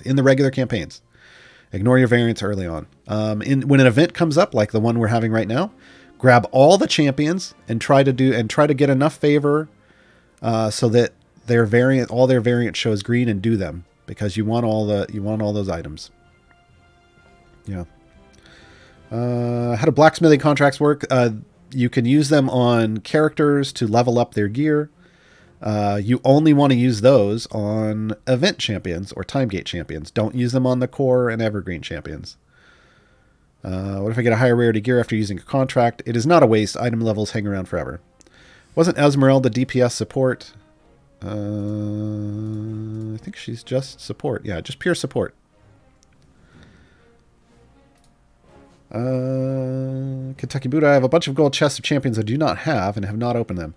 If I open them without the champ, do I keep the equipment? If they are named, if they specifically call out their name, you can open them and the gear will store. How do you get new champions? Events like the one that's going on right now, Fleet's Wake. They happen every 3 weeks. Every 3 weeks, you will be able to get 3 new champions. Also, in between events, in the off week, there will be a naturally occurring time gate, and you will be able to pick one of 3 champions that it offers to you to grab from the past, from an event that has already happened. You will also collect over time gate pieces. They drop one drops every 5 days. You can't get them any quicker than that from drops. And you can collect those to open time gates. You can also buy one eventually when you get patrons. You'll have access to their shop and you'll be able to buy more of those. Then you can manually open a time gate. And when you manually open a time gate, you can pick any champion that's ever come out. What do you think I should take first for a new player count? Crawl for gold or Deacon for speed? Either one. I still lean towards Crawl because I like getting lots of gold and maxing out those blessings and easily rolling through stuff so that you don't have to farm favor. Crawl is the big key for that. But Deacons, like Crawl, Deacon, and Shandy are like my top 3 for new players picking up stuff out of time gates. When I got the shiny for Spurt, I didn't get the achievement for a shiny, but I don't see a shiny for anyone. That may be because of how you earned it, because it didn't come, because it was a gift reward out of something that was like kind of a guaranteed reward and not a naturally occurring shiny. It wouldn't trigger the achievement. So you'll have to actually get a naturally occurring shiny for that, probably. I'm guessing that's how their code skipped that. Are there any heroes that summon monsters to fight with you, like a necromancer?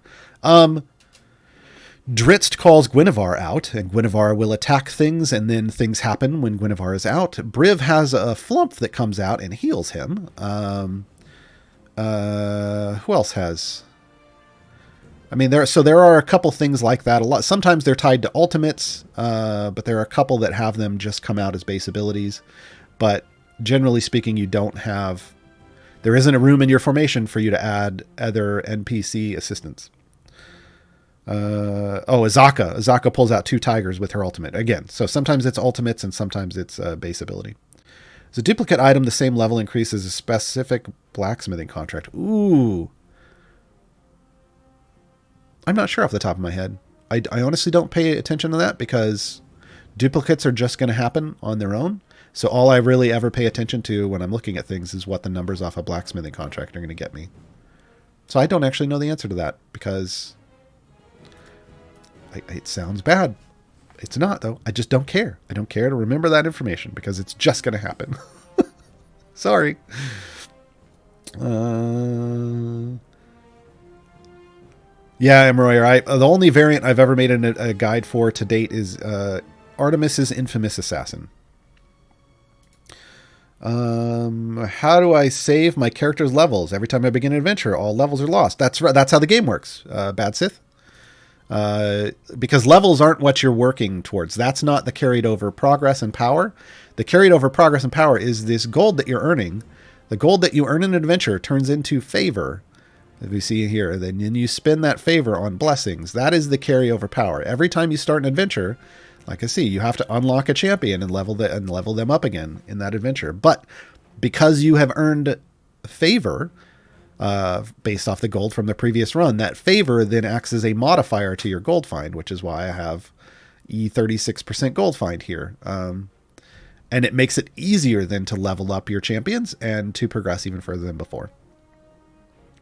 What levels up, the other thing that you level up permanently over your champions, is their gear. You unlock gear for them and you level up their gear, their item levels. That's the persistent power for champions. Anti-74, does stat changing feats enhance the champion in any other ways than enabling for patron variants or buffs from other champions? Occasionally, like Royer was talking about earlier, there, like that one variant had a modifier for damage based off a wisdom buff or your wisdom modifier. Sometimes there are a handful of bosses in the game that will make you roll saving throws for things. Sometimes there are events and they're based off your stats. Sometimes there are events or variants that have rules where you're taking persistent damage. So it's all based around something with a variant, something with a boss that might have special rules, or getting access to buffs. Giant Pink Cupcake. What do you or you guys in chat think about Black Viper as a main DPS? If you're brand new, she could, and you got some good gear on her, she could carry you for a while. She is not like what we would call a top tier DPS, which currently is reserved for discussing Ashara, when you have high level item levels and lots of champions that fit her bonds, or Zorbu when you've got lots of farm stacks on him. But she can be fine. Any DPS champion, like I said, you start off with Jarlaxle early on. I use Hitch as usually after Jarlaxle, and Hitch isn't even a DPS, he's a support. But he can do enough damage to be a solid DPS early on. But, if Black Viper works for you, go for it. Just don't go like all in. Don't ever go all in and spend all your monies on one champion or all your things on one champion. Because something may change about the meta that makes it so that champion isn't the best of the best anymore. See Krull, see Binwin, see Barrowin. Like, these are all champions who once upon a time were considered the best of the best, and then, at least by someone, and then, aren't anymore. Advanced formations. You didn't mention Ashara. Have you played with a potpourri build? That isn't what I would consider an advanced formation. That's just building formations around a champion. right? Like we were kind of specifically targeting the Artemis and Archon because this is not normal formation building.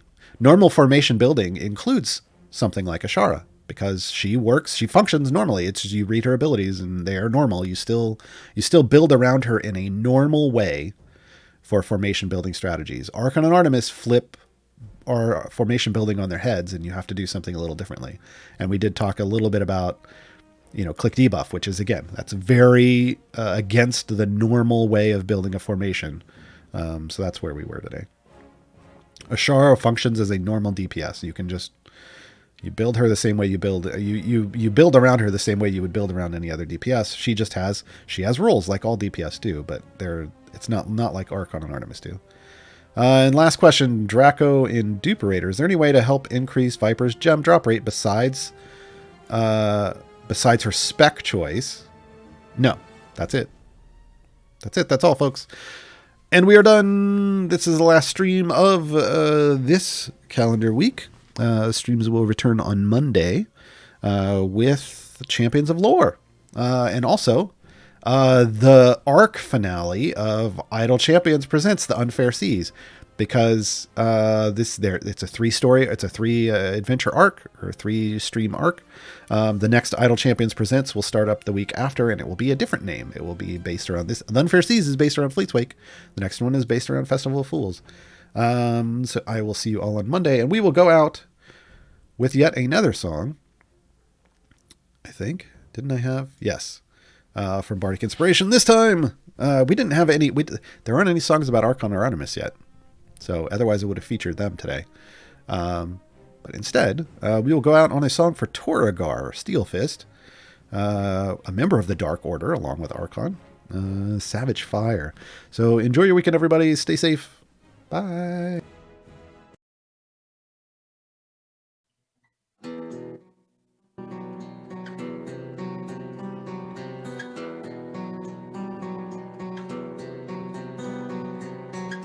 I serve this master on my own. I cling to no one, I just roam. Dark order calls and I do right. Cut across the ground like a devil's knife. Legions rise up in my command,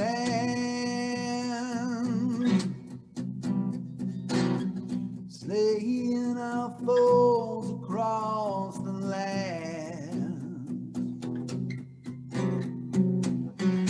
And for my master I will die, but not before I take your life. Upon my fiery place will be your life bloodstains. The pounding drums of war will be this song's refrain. I am pure savagery, the primal rage untamed. I am a conqueror in her unholy name. Reckless anger, savage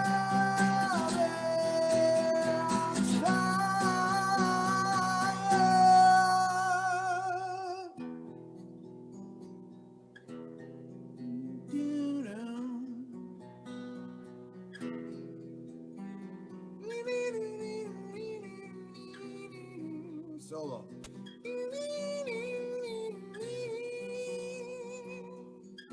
Dark tower reaches to the sky.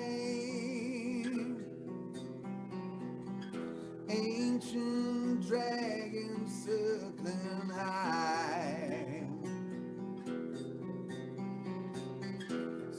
lightning below, we wage our war for the queen of dragonkind forevermore.